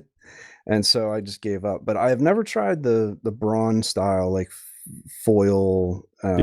So from what I've heard, which is why I bought the Panasonic, is the Panasonic and the Brauns are the ones you should buy if you want to get electric razors. So, I mean, I don't have that much experience because the only good one I've had is that Panasonic I got, but it's been great, especially compared to the Aldi one. Gotcha. Well, anything's got to be better than the Aldi one. Yeah. See, I like the electric razor because I don't want to spend too much time on it. I just want to do it and get it over with because I hate shaving. Now, what do you use any kind of not aftershave, but like pre-shave, like a oil? Nothing pre-shave. Just water. I got like it's like a Nivea for Men aftershave type thing that it's supposed to. You just shave dry. It does. Yeah. Oh yeah. I shave dry. It's. I don't know. I almost need something with like a little bit of aloe or something to get some of the red out into some of the spots, because once the neck right about here, either it's perfectly fine, or either it's just a little bit of nicking, or it's just. Like the other day, I looked at it and I'm like, wow, I looked like I was attacked by a cat. Right. No, when I first got out of the military, I simply could not use an electric razor. It would drive me nuts the amount of stubble that was left after using an electric. Now, granted, I still use, a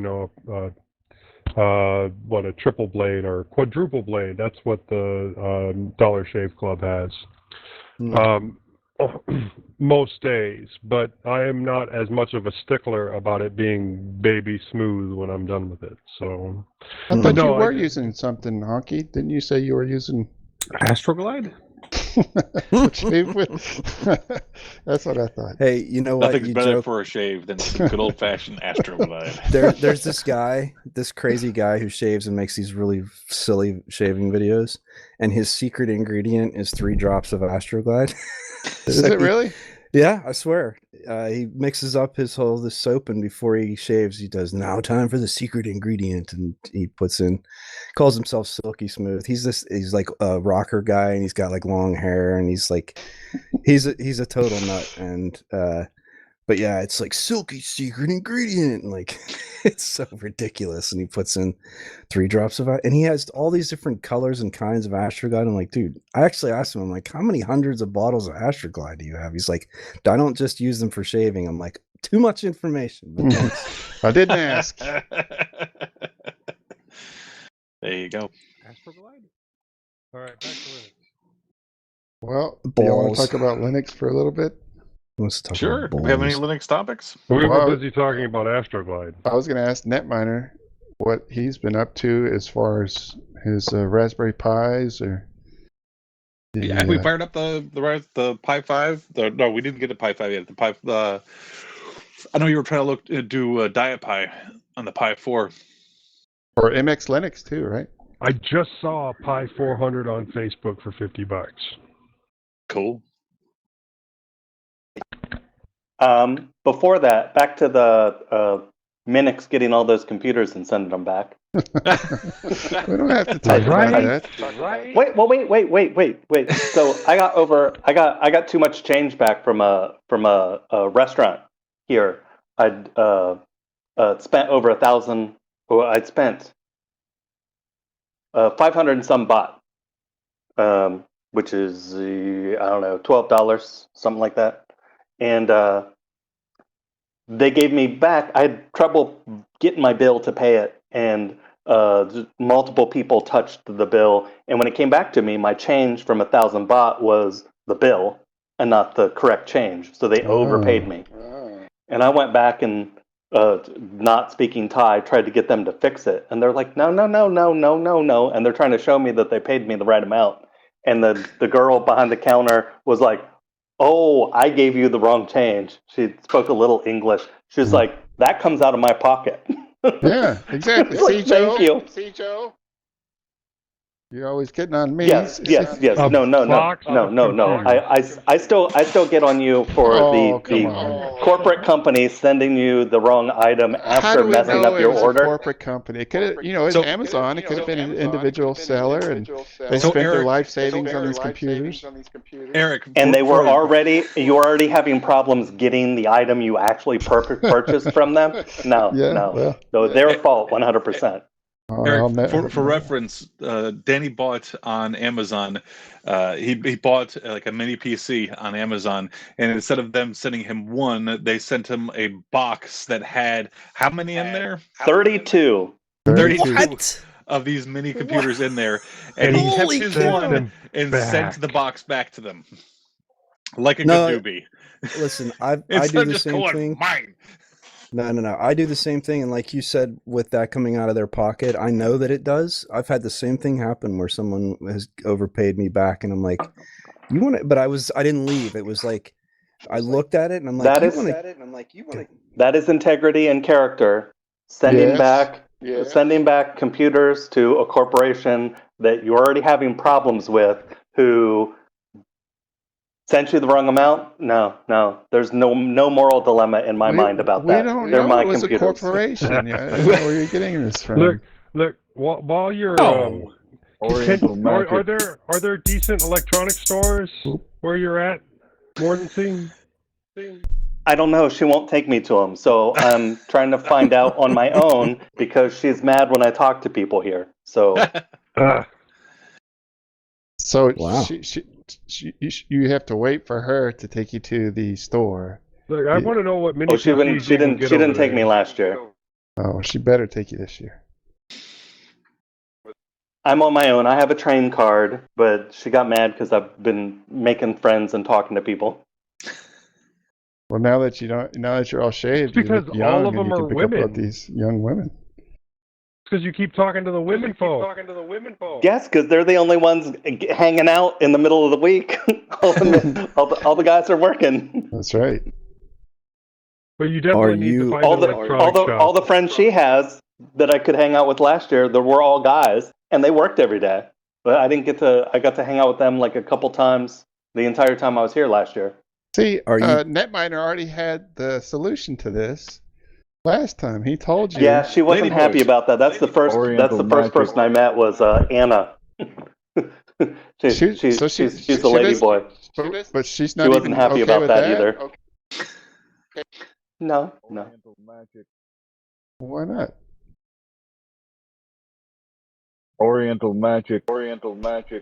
She's afraid I'm gonna fall in love with somebody else. I'm pretty sure she doesn't care if I am a philanderer, just as long as I don't love somebody else. I think that's the big deal. She's invested over the 3 years into me, and she thinks somebody else is gonna snatch me up. She's invested 3 years in you. I'm like You're an investment. No, I'm nobody else is gonna snatch me up. I mean, everybody I've talked to, half of what I talk about is how wonderful Elle is. And I can see the annoyance in their face. So I actually, this is funny that you mentioned this. I just looked up the ladyboy thing because I understood that it was a cultural thing and I wanted to see, and they call it a Kathoey. I don't know how to say it, Kathoey. But yeah, going back like 700 years, this is like a tradition that it's like they consider it a third gender. Thumbs up for And me. Thumbs up for me. Katoi? Yeah, Katoi. Yes, I'm sorry, Katoi. Yes. Yeah. So I think that comes from Cambodia, and the whole idea is that evil and nasty women go to the fourth hell, and when they come back, they're reincarnated as ladyboys or something like that. Okay. Just one thing I saw somewhere, so it was probably on the internet. So take that for it was on the internet, so it's true. So you're calling these women evil and nasty, and they need No, to he's go right. to hell. It says it dates No. back. I'm referencing something that was That's about terrible, Cambodia. Mordancy. No. Yeah. So No, they're wonderful. Actually, the girl that sold me the jeans in the department store was a lady boy, and she was I don't know, probably 5'5", and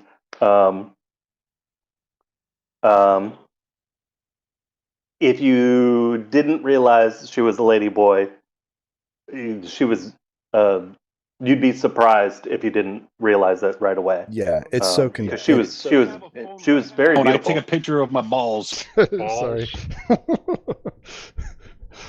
it is. You have it this is thing about replaying recordings of the word balls. I didn't mean to. I was trying to get VLC.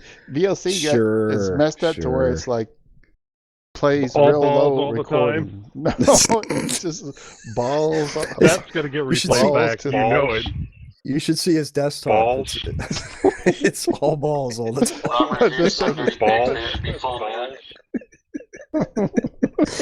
Your mouth is full of balls. Oh, that's going to be a recording. I guarantee it. Balls. Joe, Wow. come on. This is going off the rails That's tonight. enough. Well, do y'all want to talk about Linux? Is We were Netminer still talking around? about Linux, and then all of a sudden, balls. I am curious. Check out the link I put in the Matrix chat. It's a PXE boot program. Let's see. Boot Pixie using boot. iPXE. So how does this work then? Netboot. Oh, okay. Netboot. Okay, I'll read it. Boot using iPXE. NIC with embedded iPXE. If you've already compiled your own iPXE, you can load up the netboot XYZ menu easily by entering Control-B when prompted, setting DHCP, and then chain loading iPXE. Go back to the introduction. See, we're on the left. You're under getting started. If you click introduction, it tells you what it does. Oh, okay. NetBoot XYZ lets you PXE boot various operating system installers or utilities from a single tool over the network. This lets you use one media for many types of operating systems or tools.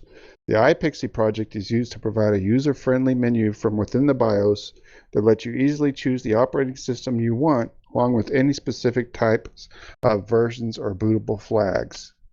You can remote attach the ISO to servers, set it up as a rescue option in Grub, or even set up your home network to boot it to it by default so that it's... So you have to have... Or you already have to have NetBoot XYZ installed on the machine, the client machine first, right? Is that how it works? I'm guessing. So, like the quick start says download one of the NetBoot XYZ bootloaders that works best for your situation and start PXE booting your favorite operating system.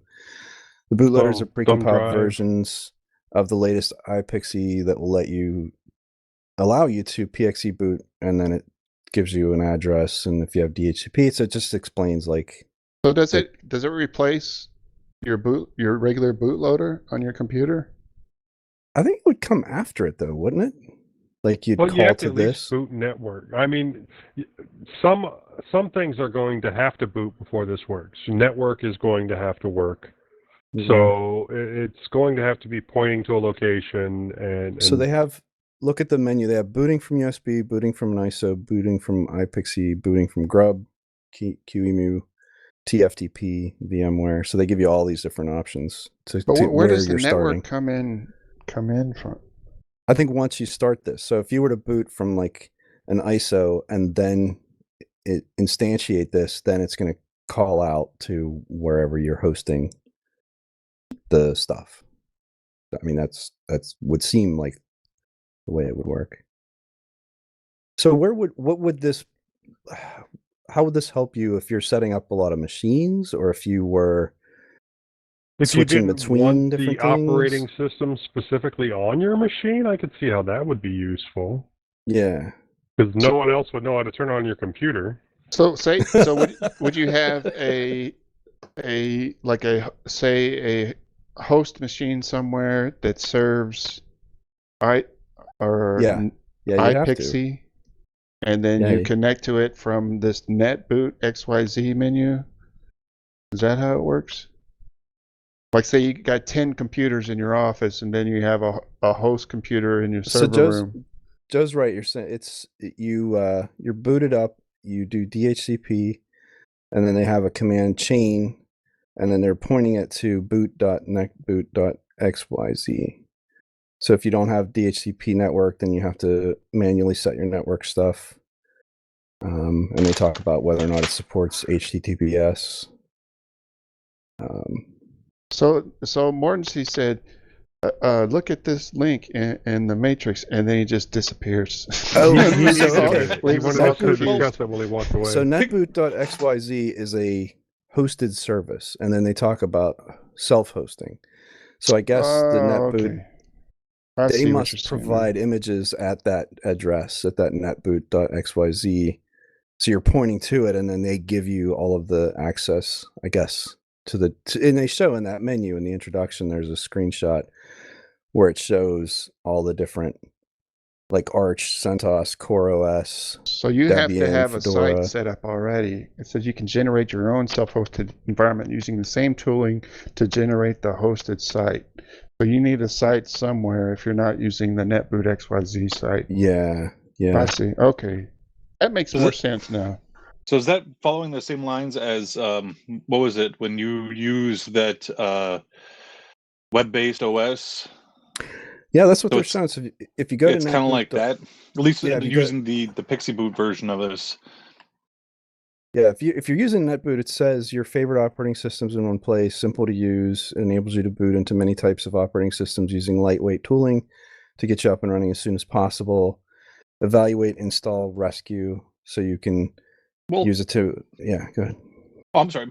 Pixie boot was usually used for installing it's another way to install OSs, and usually it's used to install multiple OSs. Right, if you're imaging a bunch of systems. Right, yeah, exactly. Right, that way you only have the one thing, as opposed to having like multiple disks. You use the Pixie boot to boot up to boot to like a live session to install upon a bunch of computers at once. I wonder if this is kind of like the idea of, well, is this? So do you like have the to idea have the images? of setting up a live image, or is it like a persistent live image, or is it like I said, like a web OS type of a deal?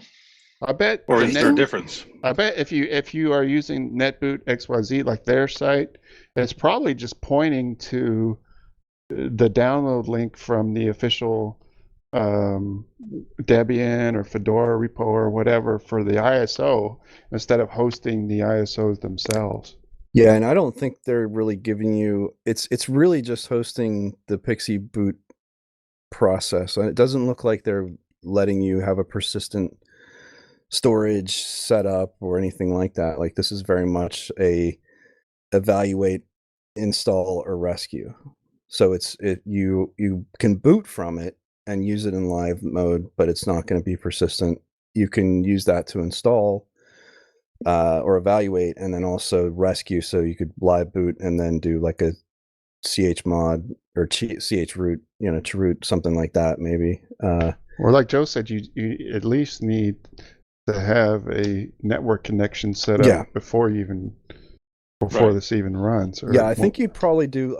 Like if I was using this, I would probably do the ISO option and then just have it on a USB, and get the system up to a point where I can get a network connection, and then do this? I don't know. I mean, but if I went that far already, like, why wouldn't I just download the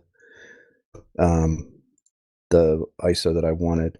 So I'm trying to think of, like, outside of setting up a computer lab where you need to set up like 20 machines or more or something like that. Like, how is this an advantage? I think that's what this is for. Is for that scenario. Yeah, I guess. Or else, why would you go through the trouble of hosting your own site? You know, your own netboot XYZ site. Yeah. So, well, thanks, mordancy. Thanks for just taking off. Well, you use something like iPXE to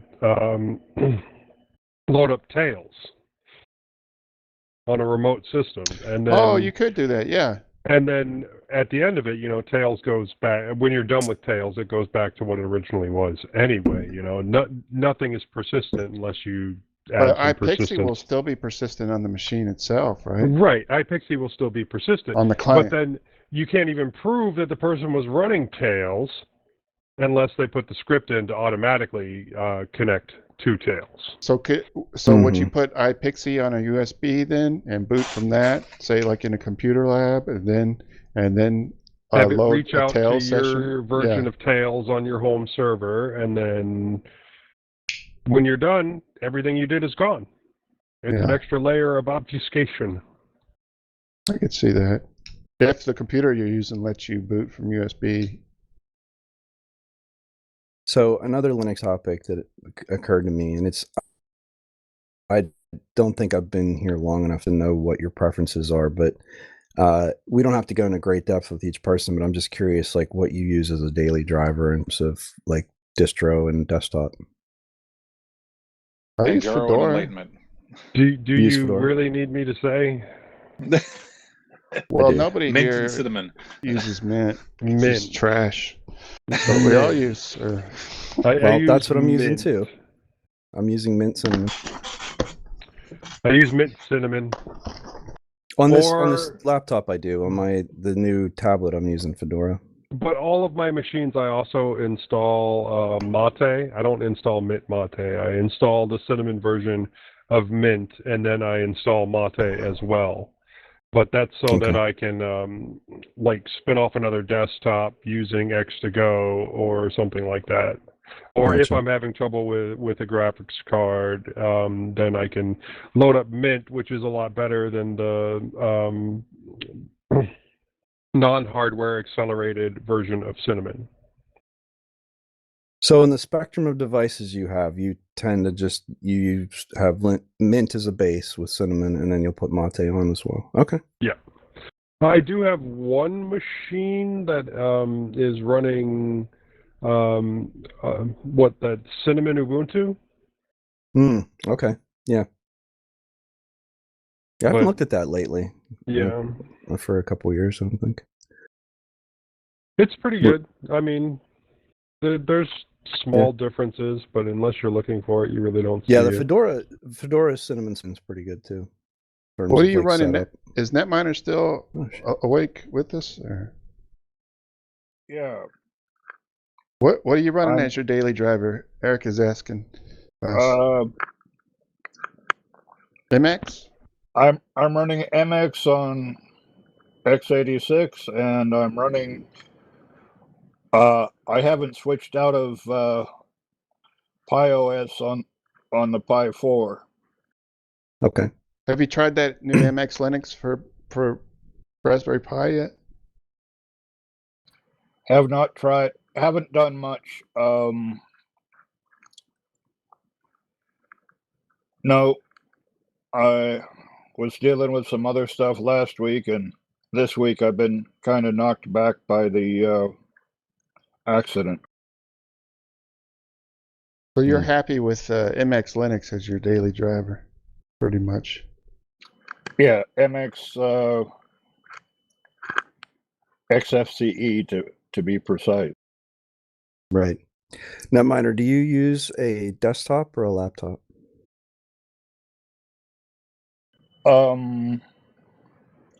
Primarily desktops. I've got a couple of laptops, but both of them are parked at the moment. One of is a gaming unit that my brother gave me, but that one I have to run Ubuntu on because I can't remove enough secure boot for anything else to run on it. Gotcha. That one has been parked. I've got another, I guess it's a modern version of a netbook that I'm not using right now because its job has been replaced by a quad-core mini. Gotcha. Yeah, I know several people that really dig the mini computers outside of Raspberry Pis, just like the little Lenovo. I forget what the model is, but yeah, they're like really into their tiny computers. Well, since NUC stopped making, or Intel stopped making NUCs, everybody else seems to be making them now. Gotcha. Yeah, Also- Zotac bought it, right? The whole Nook trademark and all that. I'm not those sure. those were pretty interesting for a while. They're expensive, but they were interesting. Actually, what I'm running are what they call the 1 liter. Mm-hmm. They were originally built to be like stuck behind a monitor. Yeah. Yeah, it seems like with the TDP, like the wattage and the heat production of modern processors, you can get away with either just passive cooling or, very modest cooling and have a reasonably powered performance system in those really small spaces. The only thing is expandability. So, I mean, if you care or need to be able to expand them, obviously it is more difficult. Well, it's like when my grandma over the summer wanted a replacement for her computer. I thought about getting her a tower, but honestly, it was just easier to get her a NUC and get her a USB hub. And because she's not going to take that thing apart, she's not going to replace things. She's not. Does that have a full size 2.5 drive, or is it M.2? That one, I think that one had a slot for the full size drive, but had the M.2 or the 2.5-inch drive, not a full size drive, but a 2.5. It's amazing how fast M.2 has been rolled out and like just made a standard. I feel like everything else took forever to penetrate the market and really like filter its way down. Well, SATA did kind of rush the market, but everybody kept using IDE for a long time because nobody likes to throw things away. And so the old computer market still had a lot of those. But, I guess PETA and then SATA. But SATA really took over a whole lot faster than PETA did. But, yeah. M.2 has been around for a while, probably longer than you think. So, it must be. I just must have never had a system that had it. Yeah, it took a long time for it to actually get where people had it. I mean, I remember people getting the PCI cards so that they could run M.2 drives. Oh wow! Because just for faster boot. Gotcha. Oh, I know. How does it run on a PCI bridge?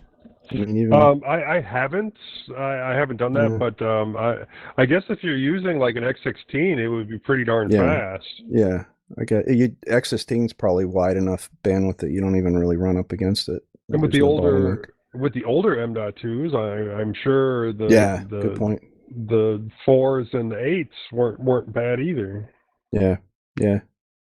PCI, that was huge when those came out as a standard, and like the expandability of systems, like you could put some really cool stuff on those boards. Yeah, PCIe was big. How about you, Honky? What do you use since you're eating?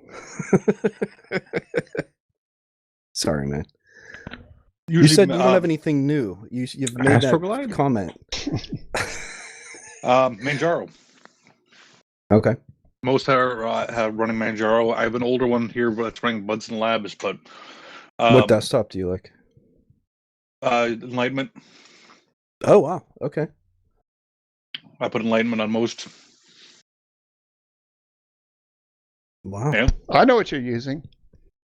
You're using commandclick. Commandclick. Yeah. I put that on my phone, and I have not figured out what the fuck the purpose of it is. It's. Have you put it on too, right? Yeah. You installed I don't know it? what it does. It's a browser. It's a browser, and it's running got a terminal. Ubuntu, right? And it's running a emulated Ubuntu, but Did y'all see that commandclick? No, I don't know. Speaking of operating systems, you yeah, run. it's so I command. put click, it in the show notes. If y'all can figure it out, please enlighten us. Yeah, command click is basically it's described as emulated Ubuntu, but it's a browser. But it's also has a terminal. That's not how it's described. Well, that's basically what it is. Command click. I don't remember how is it described. Command click is Android browser powered by Ubuntu without root access and term mix. This is full-end browser from back-end plus front-end, provides you with new browser world. That's how it's described. That's basically what I said. So playing with it, I mean, you made more sense. This is scary, the developer right? talking, not me talking. Android browser powered by root access and without root access and termux. Try to wrap your head around it. Yeah, put this on your phone. I mean, I've been able to browse with it. I opened up the terminal. I was able to install Nano because there's a little like log thing that was there. But then I realized I didn't have a keyboard that had any of the function keys, so I need to get the what is it? It's the hacker keyboard, right? Keyboard, hacker keyboard. I got to get the hacker keyboard. I had that a long time ago, but I use what was it? Juice SSH. I've been using that, and that has like a secondary keyboard thing that comes up for all that stuff that I normally would use. I don't worry about it. Termux has all the extra keys above your regular keyboard. Did I install Termux? I mostly just been using Juice SSH because a long while back, I think it was in one of the group store was in. He told me about Juice SSH had something where if you sign up for it now, you get or if you sign into it now, you get free for life the full version of Juice SSH. So I did. So that's just what I've been using. Eric, see if you understand this. Existing web browsers mainly has tab feature, but command-click core is history search. Therefore, you easily restore, load, and check my history. Existing web browser support normal JavaScript, but command-click enforce JavaScript and interact with not only web, but also Ubuntu, Shell, Python, Golang, Clang, Android, OS, CLI, and therefore this has widespread usage. Existing web browser link QR code to system, but command-click handle QR code for P2P file transfer, get clone, and URL JS Wi-Fi SMS. The existing web browser cannot create original Android app, but command-click can create the app just for you as low-code tool. So I'm looking at the GitHub page. This is definitely English as a second language, and so much of the world exists. Like the only technology they really have is a phone. They don't have a computer, so I could see how this would be interesting to someone who may not have, who only has an Android phone. Has rooting Android phones has gotten more difficult, and so I can see how this is, not needing to root and then having access to an emulator that you could do all of these different things. I don't understand what create original Android app means, especially is it like creating a web app? It must be. It must be like a Electron type thing. So if you go into it, I'm turning it on. I already had installed it. I don't know what I give you guys credit for being brave enough to actually install this thing, but it's probably already stolen all my credit card data. what is this Izzy on Droid? Is this something you've seen before? Oh, that's the not fdroid, but the front end for fdroid called not called Izzy on Droid. That's just well, that's what they call it in here. So. Yeah, it's called commandclick. Droidify. You guys ever use that? It's like a really nice front end for fdroid.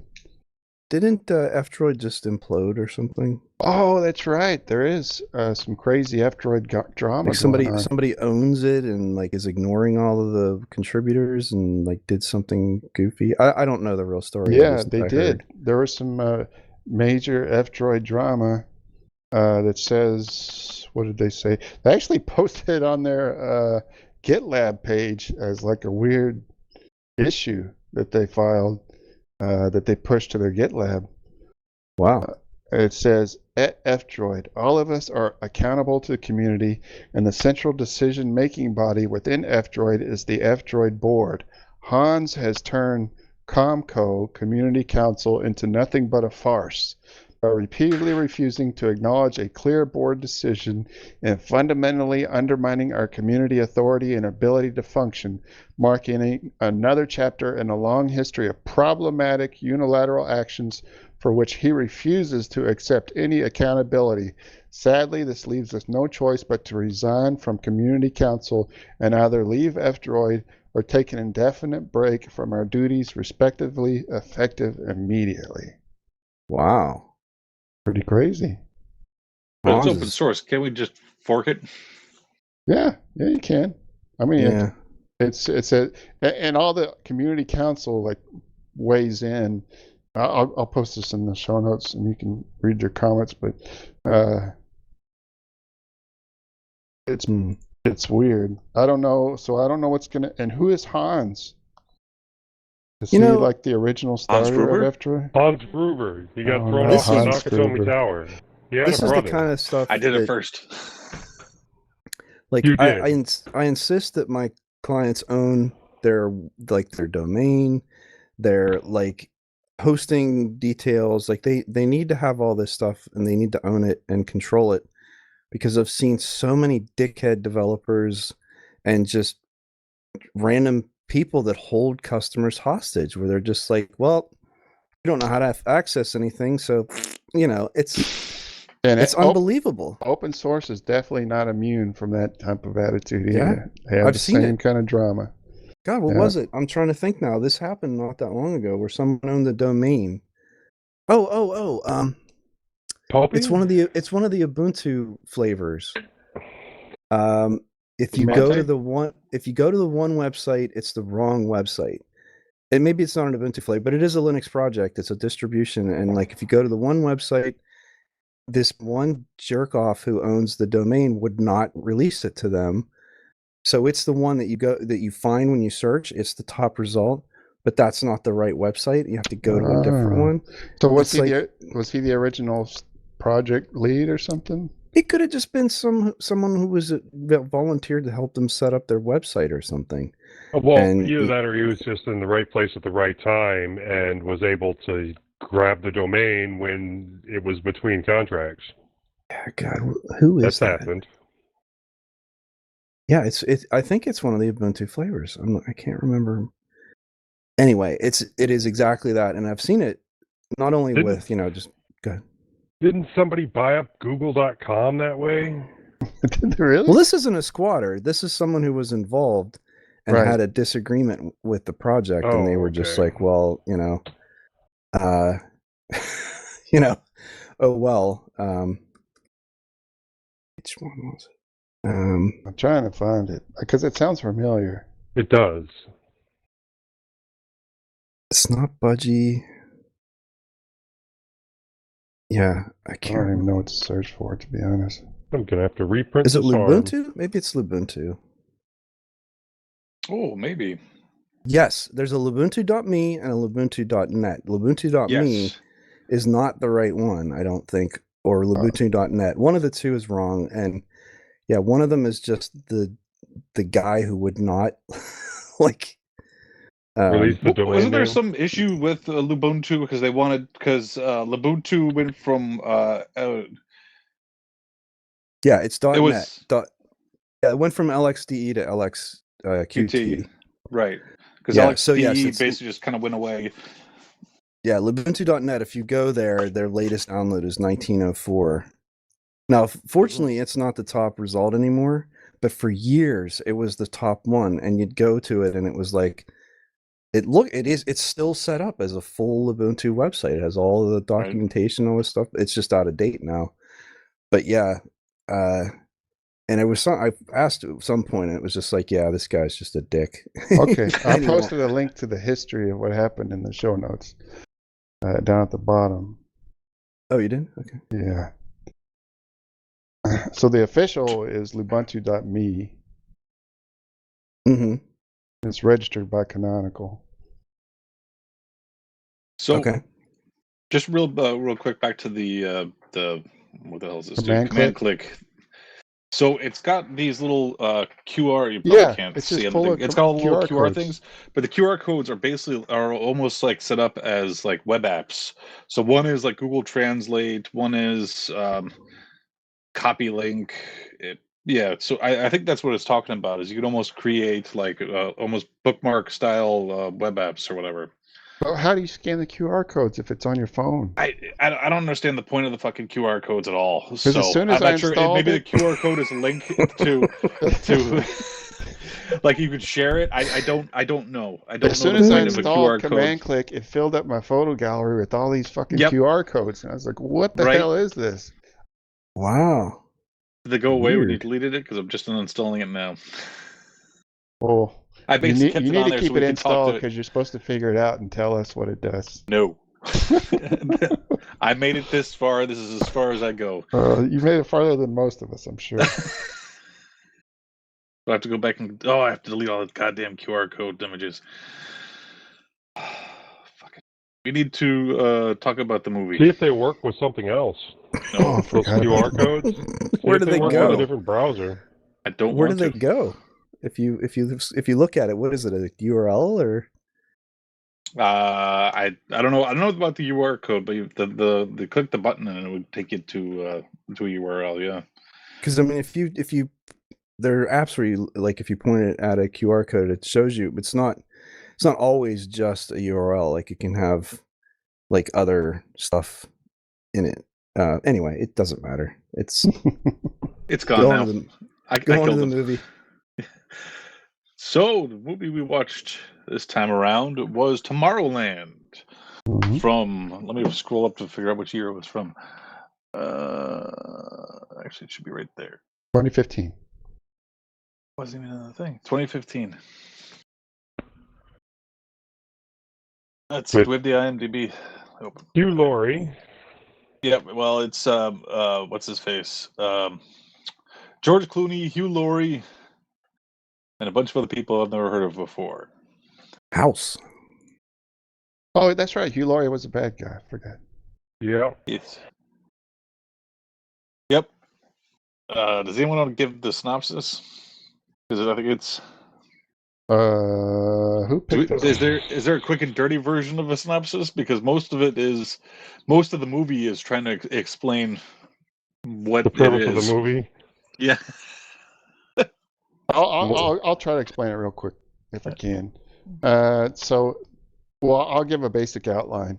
The point of the movie is that there is a secret. You know, it reminds me of Watchmen, when they have all those scientists go in a secret spot and build a massive explosion. Anyway, so the point of the movie is there's this secret society of scientists that have found a place away from the rest of humanity through another dimension, and they all come from Earth, and they're trying to build up all this fantastic technology and stuff, or they are building it, and I'm not sure why they're doing it in another dimension. Oh, they explain because they want to get away from politics and all the aggression all the and bull stuff. crap. Yeah, all the bull crap that's common in every country on Earth, right? So they go there. But do you guys know what is the purpose of build? What are they trying to build exactly? Are they trying to A better Utopia? future, just a world with just scientists without all the war. And they're not planning on sharing this with the Earth? Is it? Well, originally they were supposed to be, but then that stopped because of the machine that they built. That's that's part of the story. So I'll let you get through that. Yeah. So did we ever figure out what the machine was? Yeah. Well, so what? Wait a second. Was the machine? So the kid. So when George Clooney was a kid, he built a machine so you could see into the future and the past. Right. Yeah. And then seeing into the future, saw that everything was shit. Was going to be destroyed. Was going to be destroyed. But the machine itself didn't just predict the future. It pushed out an image of the future into everyone's minds, and but it only did that because of Hugh Laurie. That was a side effect that Hugh Laurie created. No, he didn't create the side effect. It was a side effect. Hugh Laurie found out about the side effect and kept using it. Are you sure? I thought he built. I thought he had an antenna to because he wanted people to see the future so that they would change it. Yeah. And instead of people wanting to change it, they embraced it. Accepted for it. Accepted it, embraced it. And let me try to explain this because nobody's going to know what the hell we're talking about. So, in this special society, George Clooney, as a young boy, you have to get invited into this society, and George Clooney gets recruited when he's young, and he creates a machine that can see the future using tachyons. But the future. They also make this distinction. This is only one path that the future can take, but it can be changed. So it's not definite. And they show that whenever the girl's going up the elevator, or the elevator's broken, and you can see those after images, and then the robot girl actually saves what's his face. Well, they show it the first time when the percentage changes when she's at Clooney's house. Right. So this happens in the past. Now it's the future, and there's a young girl whose dad works for NASA, and she gets given one of these tokens that's a recruitment token that basically, when you touch it, you get to see what's in the other dimension where this utopian society is, and she's like flipping out. You get to see the ad. Oh, that's right. It's a recording, right? And so she goes on a search to find out where this token came from and how to get back to this place that the token showed her. So she comes in contact with a young android girl who was the one that put the token inside of her pack or something like that. She said it was in with her stuff. Somehow slipped it in there. And the android girl explains to her that she's a recruiter and she wants to take her to this utopian society. You skip the other androids. That's all right. We don't need. We don't need every single detail. Okay. I'm just giving the outline. So she's like, cool. Well, let's go. So on the way there, she's getting attacked and harassed by bad androids and all this other stuff. And she meets up with George Clooney, who has been deported from the utopian dimension because of the machine he created, and so she finds him and tells him, well, I have this token, and he sees it and he's like, where did you get this? And she tells him, the little girl. And so the little girl shows up and finally convinces Clooney that hey, she's the one that can save the world basically from your future. And he doesn't believe her until he sees a broadcast from his machine, because he's able to pick up the signal from the other dimension. It always says 100%, but when she shows up, it goes down to 99%. Like now there's only a 99% chance that the world is going to be destroyed. So this is enough to change his mind, and they go inside a machine that transports them to Paris, to the Eiffel Tower, and because they need to get to this other dimension. And when they're in Paris at the Eiffel Tower, they come in contact with the bad guys again, but it's actually inside the Eiffel Tower is actually a rocket ship that transports them into outer space and then back down towards Earth, but into the dimension where the scientific utopia is. So they get to that dimension, and Hugh Laurie is there, and they find out the secret. If you haven't seen this, this is a twist, so you might want to skip forward. That even though this machine was made to show the future, what Hugh Laurie is doing, I think, is broadcasting this future signal on an antenna to Earth so that people can see this is their future if they keep screwing up and don't do what they can to save the world. And in the future looks like nuclear bombs going off and everything's deserts or it's underwater. It's all messed up. The planet's all messed up. And so he's been broadcasting this on an antenna.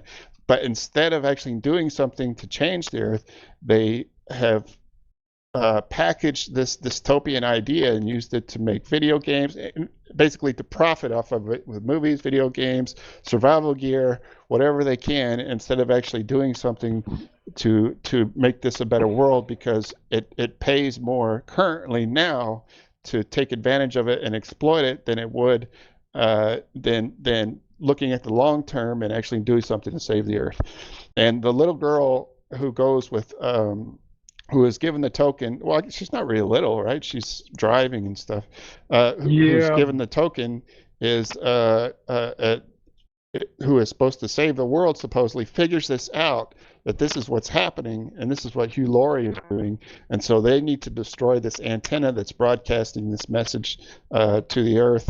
And so a bunch of fighting and stuff goes on and blah, blah, blah.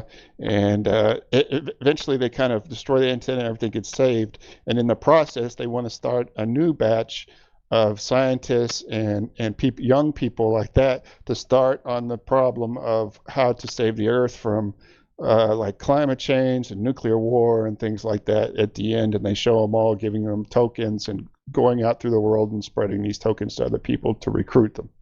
That's the basic gist of the movie. Yes, basic now, gist. If there's any details you want to fill in, feel free. Okay. I'm going to ignore most of the details for now.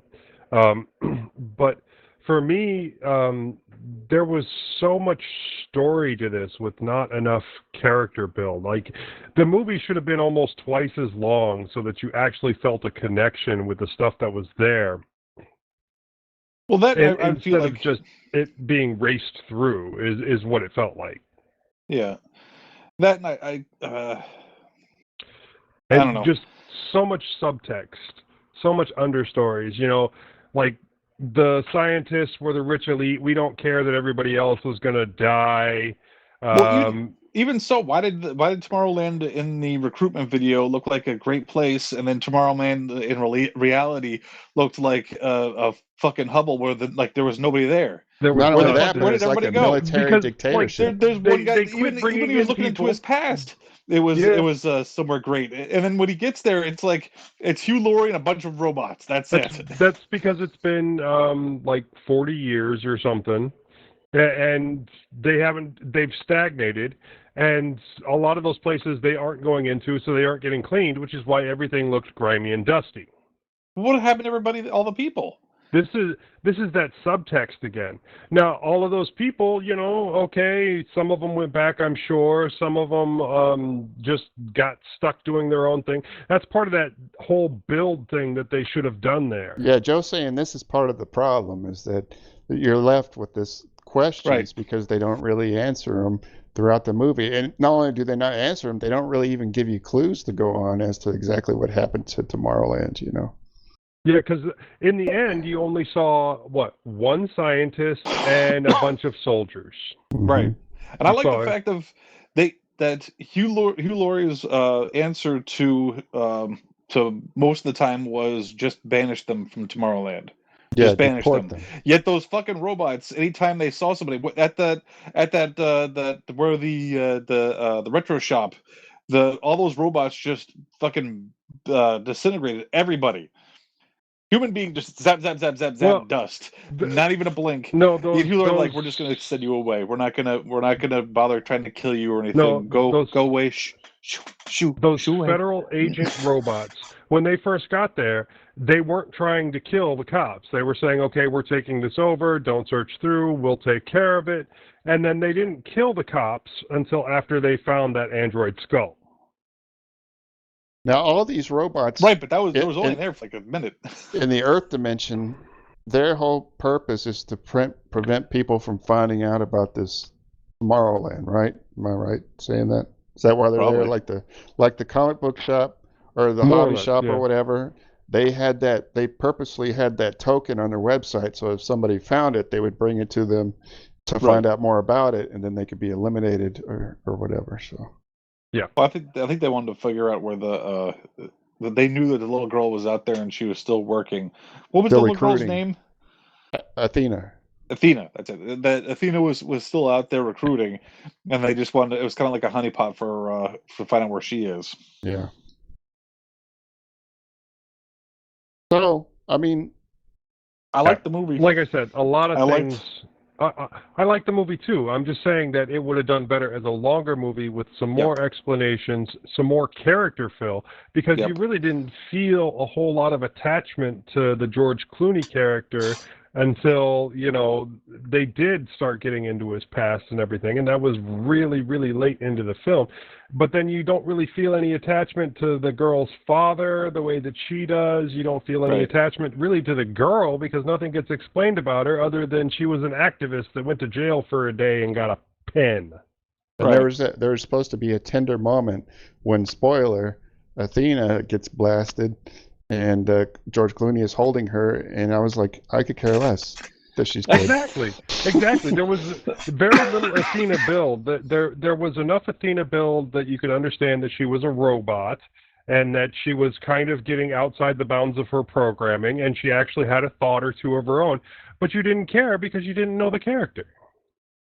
This there was movie, there was a little bit of buildup of the relationship between her and George Clooney as a kid.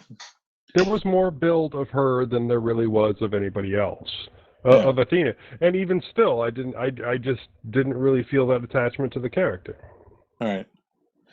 Yeah, if they put more if they built up a little bit more of a story about that, I'm sure you'd feel a lot more about that whole scene where George Clooney uses Athena as a bomb to blow the machine up. Yeah, he blew up his imaginary friend to save the world. See, I would like to know what the ultimate purpose of Tomorrowland is. I mean, of the utopian city itself. It was building the future. Future of what? Of the Earth or of itself? The future. Yeah, see, I don't know. So in the end, it apparently was trying to come up with ways to help fix the problems that they were talking about at the beginning of the movie, where they showed her in class and she said all the teachers were sitting there talking about how do we fix it? Yeah. Yes. They were ignoring her. Right. And basically what they're trying at the end, what they're trying to do is create a think tank of smart people to come up with ways to fix those problems. And create things to. They went after scientists. They went after engineers. They went after artists, musicians, and brought them all there. And I guess the idea was to build that Tomorrowland while also saving, Earth. Right. Maybe that was the original intent, was to solve these problems on Earth, but you cannot be under the influence of all the political stuff and all the greed and all the aggression on Earth while you work to create a solution. So you have to get away from the problem in order to fix it. I'm guessing. Maybe. They never really explicitly say that, but that's my guess. I think it eventually evolved into, well, screw Earth, we're just going to stay here in this society. It became Hugh Laurie's personal playground, because seriously, I think there were a couple other people that you saw when they were sending out the other bots that they made to go recruit more people, but it still was not that much of a crowd, and who was there? Like nobody. They made some pretty robots. They perfected that jetpack that Clooney made. Yep. They found out how to use tachyons, I guess. Or Clooney figured that out, I think. Yeah. Clooney's character. And it was interesting, the story that they told about Tesla and Edison and... Yeah, that was cool. Yeah. Well, I gotta say, I'm kind of fading. Yeah, I think we're almost done. We just wanted to get the movie out of the way. Did you ever see Tomorrowland at Minor? No, it doesn't sound like my kind of show. I don't think it would be. It's not really my kind of movie either. But I think it's geared more towards like a Disney adventure for kids, and it's not really what I'm into. But Thumbs up for me. Yeah, I still give it a thumbs up. I mean, it's just not. I don't think it's badly made or anything. I agree with Joe that I think it was I thought it was a good movie, but it was definitely lacking. I will say this: for the budget that was probably went into this, I think the ROI was very low return on investment, right? Compared to how much they made, or how much it cost to make or whatever. So. Kind of looks like Tomorrowland. No. So we'll say, Eric, did you see this? I couldn't find a place to watch it, and I wasn't going to pay for it, so no. I put it in the Matrix chat, but not till late. Because I searched for it and didn't find it, so maybe. Yeah, I didn't put it in there till day before yesterday or something. Oh, okay. Yeah, that might be and why. it was already a 2-hour-long movie. Yeah, it was a long movie. I think it could have been a 4-hour movie. Seriously, for all of the actual story that needed to be built into it. Well, I think they should have just had a better director that would have streamlined everything, so to still fit the same time frame, but you could have done a better job telling the story and stuff. Yeah, there was so much subtext to this film. It definitely didn't get good ratings, which is usually a bad sign, I think. Yeah. How would you streamline this movie? Because there was just way too much. There was too much. I think that's the problem. Is great dialogue can consolidate lots of ideas. That's true too. Yeah, a lot of the dialogue was very like unnecessary. Fluff. Yeah, fluff. That didn't do anything to advance the story. You know. Don't play with my toys. Yeah, look how much time they spent in George Clooney's house just doing nothing. You know. So yeah. Yeah, that's true. Miniseries. Look how long that fight was at the end between the robots and the final fight and Hugh Laurie and all them. It took forever. That was the last quarter of the movie. It didn't. That was just for looks. When I was first watching the movie and I didn't know any better, the physics of the little girl kicking butt kind of threw me, and then she's not really a little girl, she actually is an android and has the weight of an android, so the physics work. What did it get? 6.4 out of 10 on IMDb. I'm gonna give this a half a thumb. I'm gonna give it a thumbs up. For the bad points we've pointed out, it only gets half a thumb. I like the half a thumb. Okay, 2 half thumbs, a full thumb. Mordancy, what do you give it? Thumbs up. So that's 3 thumbs total. All right, let's pick the last movie before everybody crashes out. Drum roll coming up.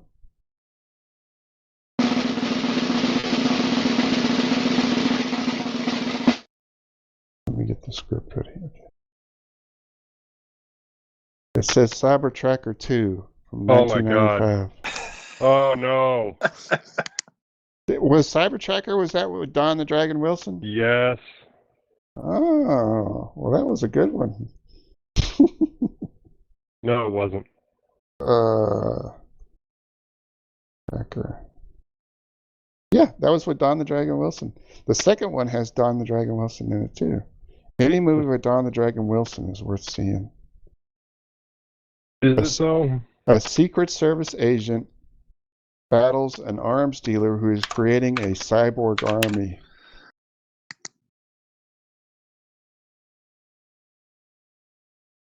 Don Wilson is the only person I recognize in the cast.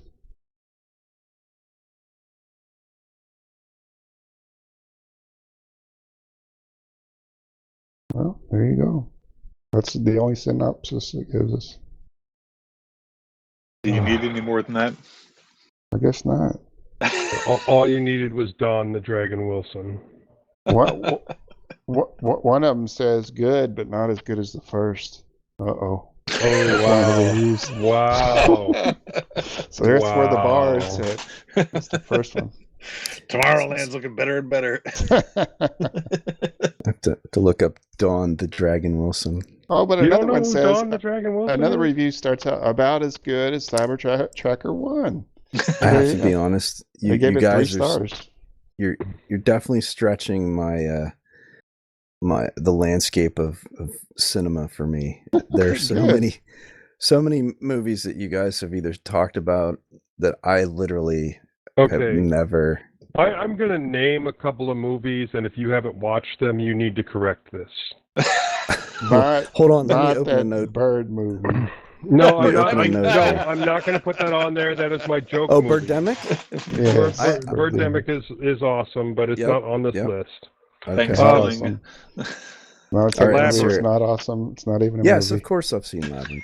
Labyrinth. That's one of my Legend. daughter's favorite movies. Legend, of course. Love Legend. Okay.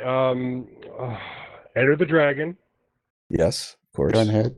The Last Dragon. Yes. If you've seen The Last Dragon before, you definitely need to watch it again. Okay, I'm adding it to the list. Have you seen The Last Dragon, Honky? Yeah, probably. The Shogun of Harlem. Oh, that Yeah, sounds of course. familiar. That's shown enough. Show enough. The Shogun of Harlem. What else? Yes, What else Last you got? Dragon is so awesome. The shoulder pads, the Elder Yeah. Large. it's ridiculous. I love it. Okay. 48 Hours. Yes, of course. Lethal Weapon. Yes. Oof. Let's see. What else is on the list? Some less well Monty known. realize Python that- and the Holy Grail. You realize Everybody's that seen none these. of these are along the same line as Anything with Don Dawn. Dragon Wilson. Dawn the Dragon Wilson. Yes. Yeah, you need to Oh, name so- some lesser known movies. Some Santa lesser- Slay. Have you seen that one? Oh. Have I seen what? Santa Slay. Or Santa the, Slay. the Sloth. Oh, that actually looked really good. Okay. Is that the Killing- new one with the guy from No, this one is one with the wrestler that was Goldberg. Violent Night. And Violent Night is really good. Oh, Violent Night. Yeah, it Violent looked Night is Violent really Night's good. awesome. How about Commando? Yeah. Yes, But of course. These are You're- all you're really common movies. Name Right, some I that know. aren't. I have a Anything lot with- of these. Yeah, Arnold Schwarzenegger. Okay. Everybody knows that. I just watched it. And I have actually. We forgot the theme. Actually, I have a movie to add. Oh, go ahead. Hold on. Kill the theme. Oh, I'm sorry. President's Man. No, kill the theme. Oh, kill the theme. Okay. I thought you said play the theme. What did you say? Never mind. Go ahead. If you're talking about something like Commando,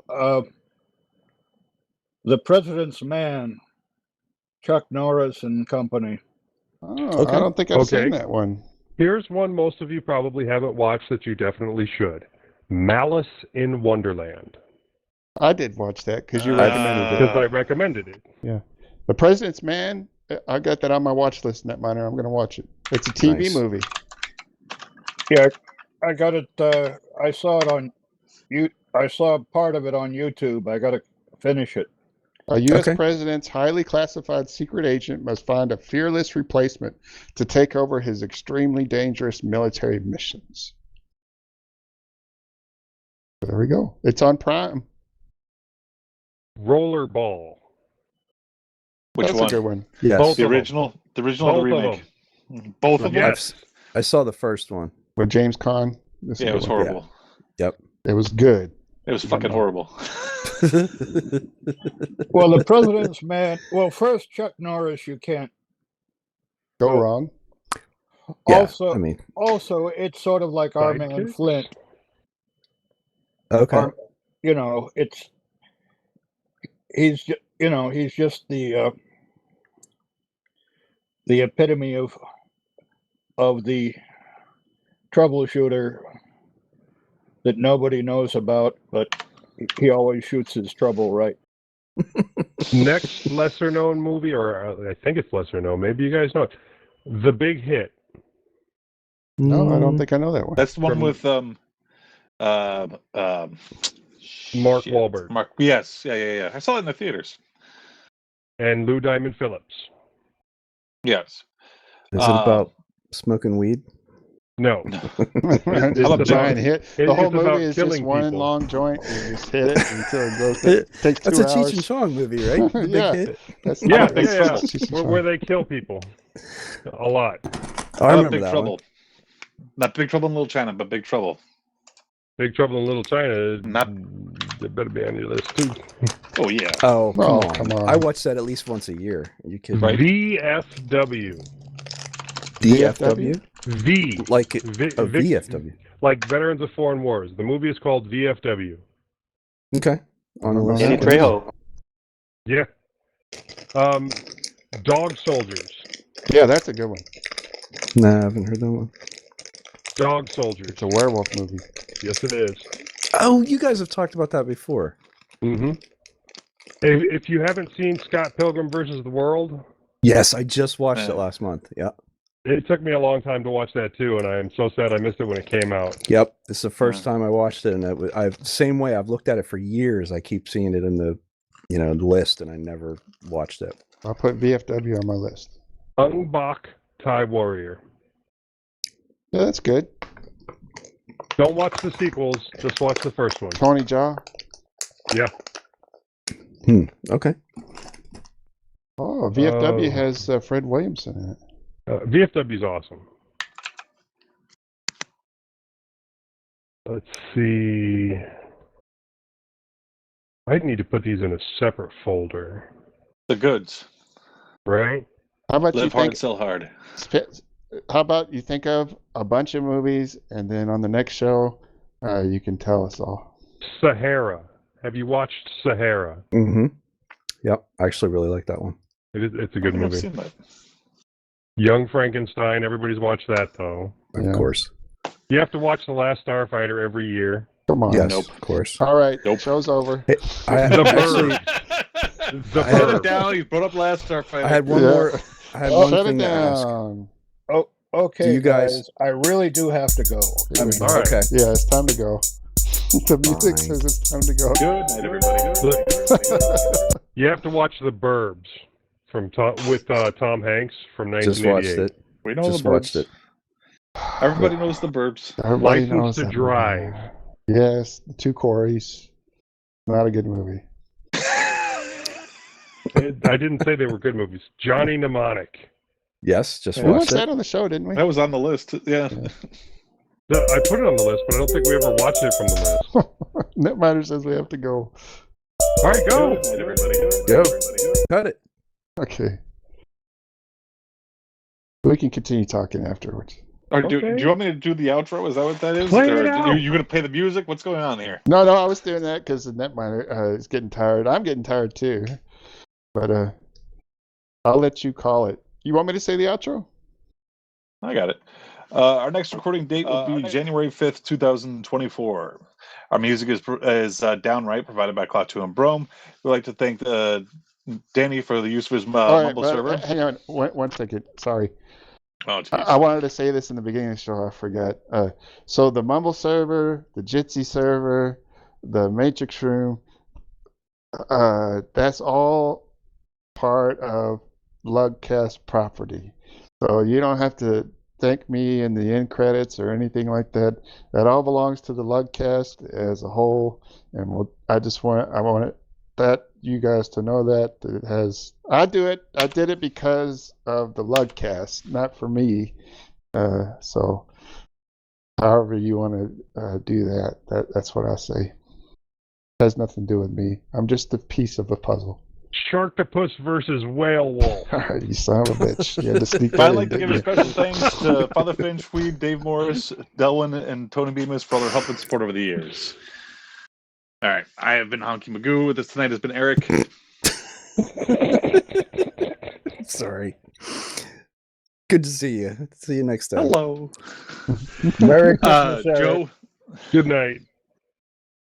Lugbot. Shit. Where's Lugbot?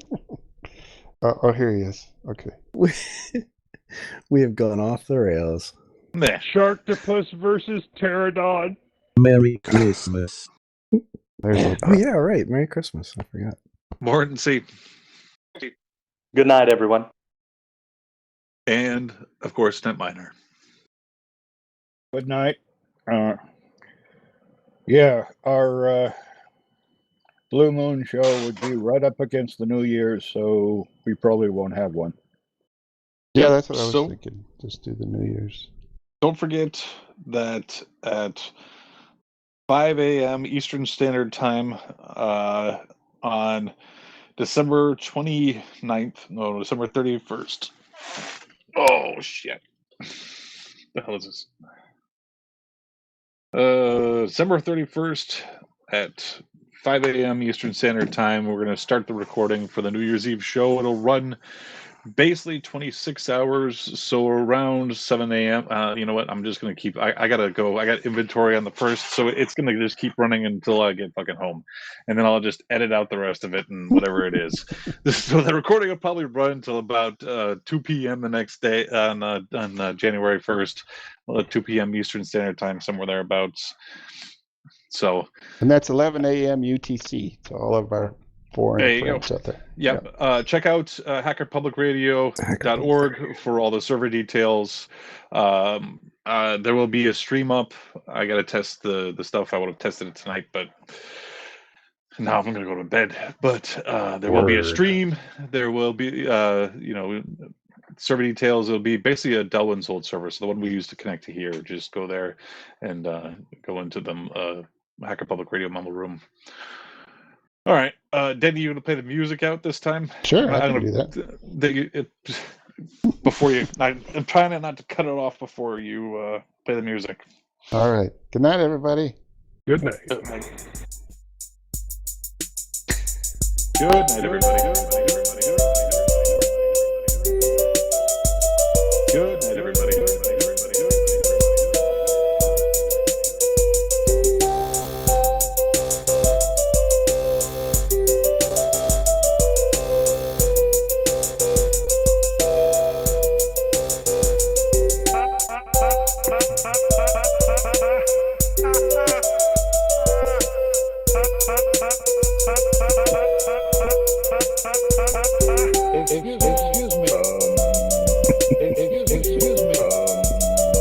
Excuse me. I think you need to put this in the show notes.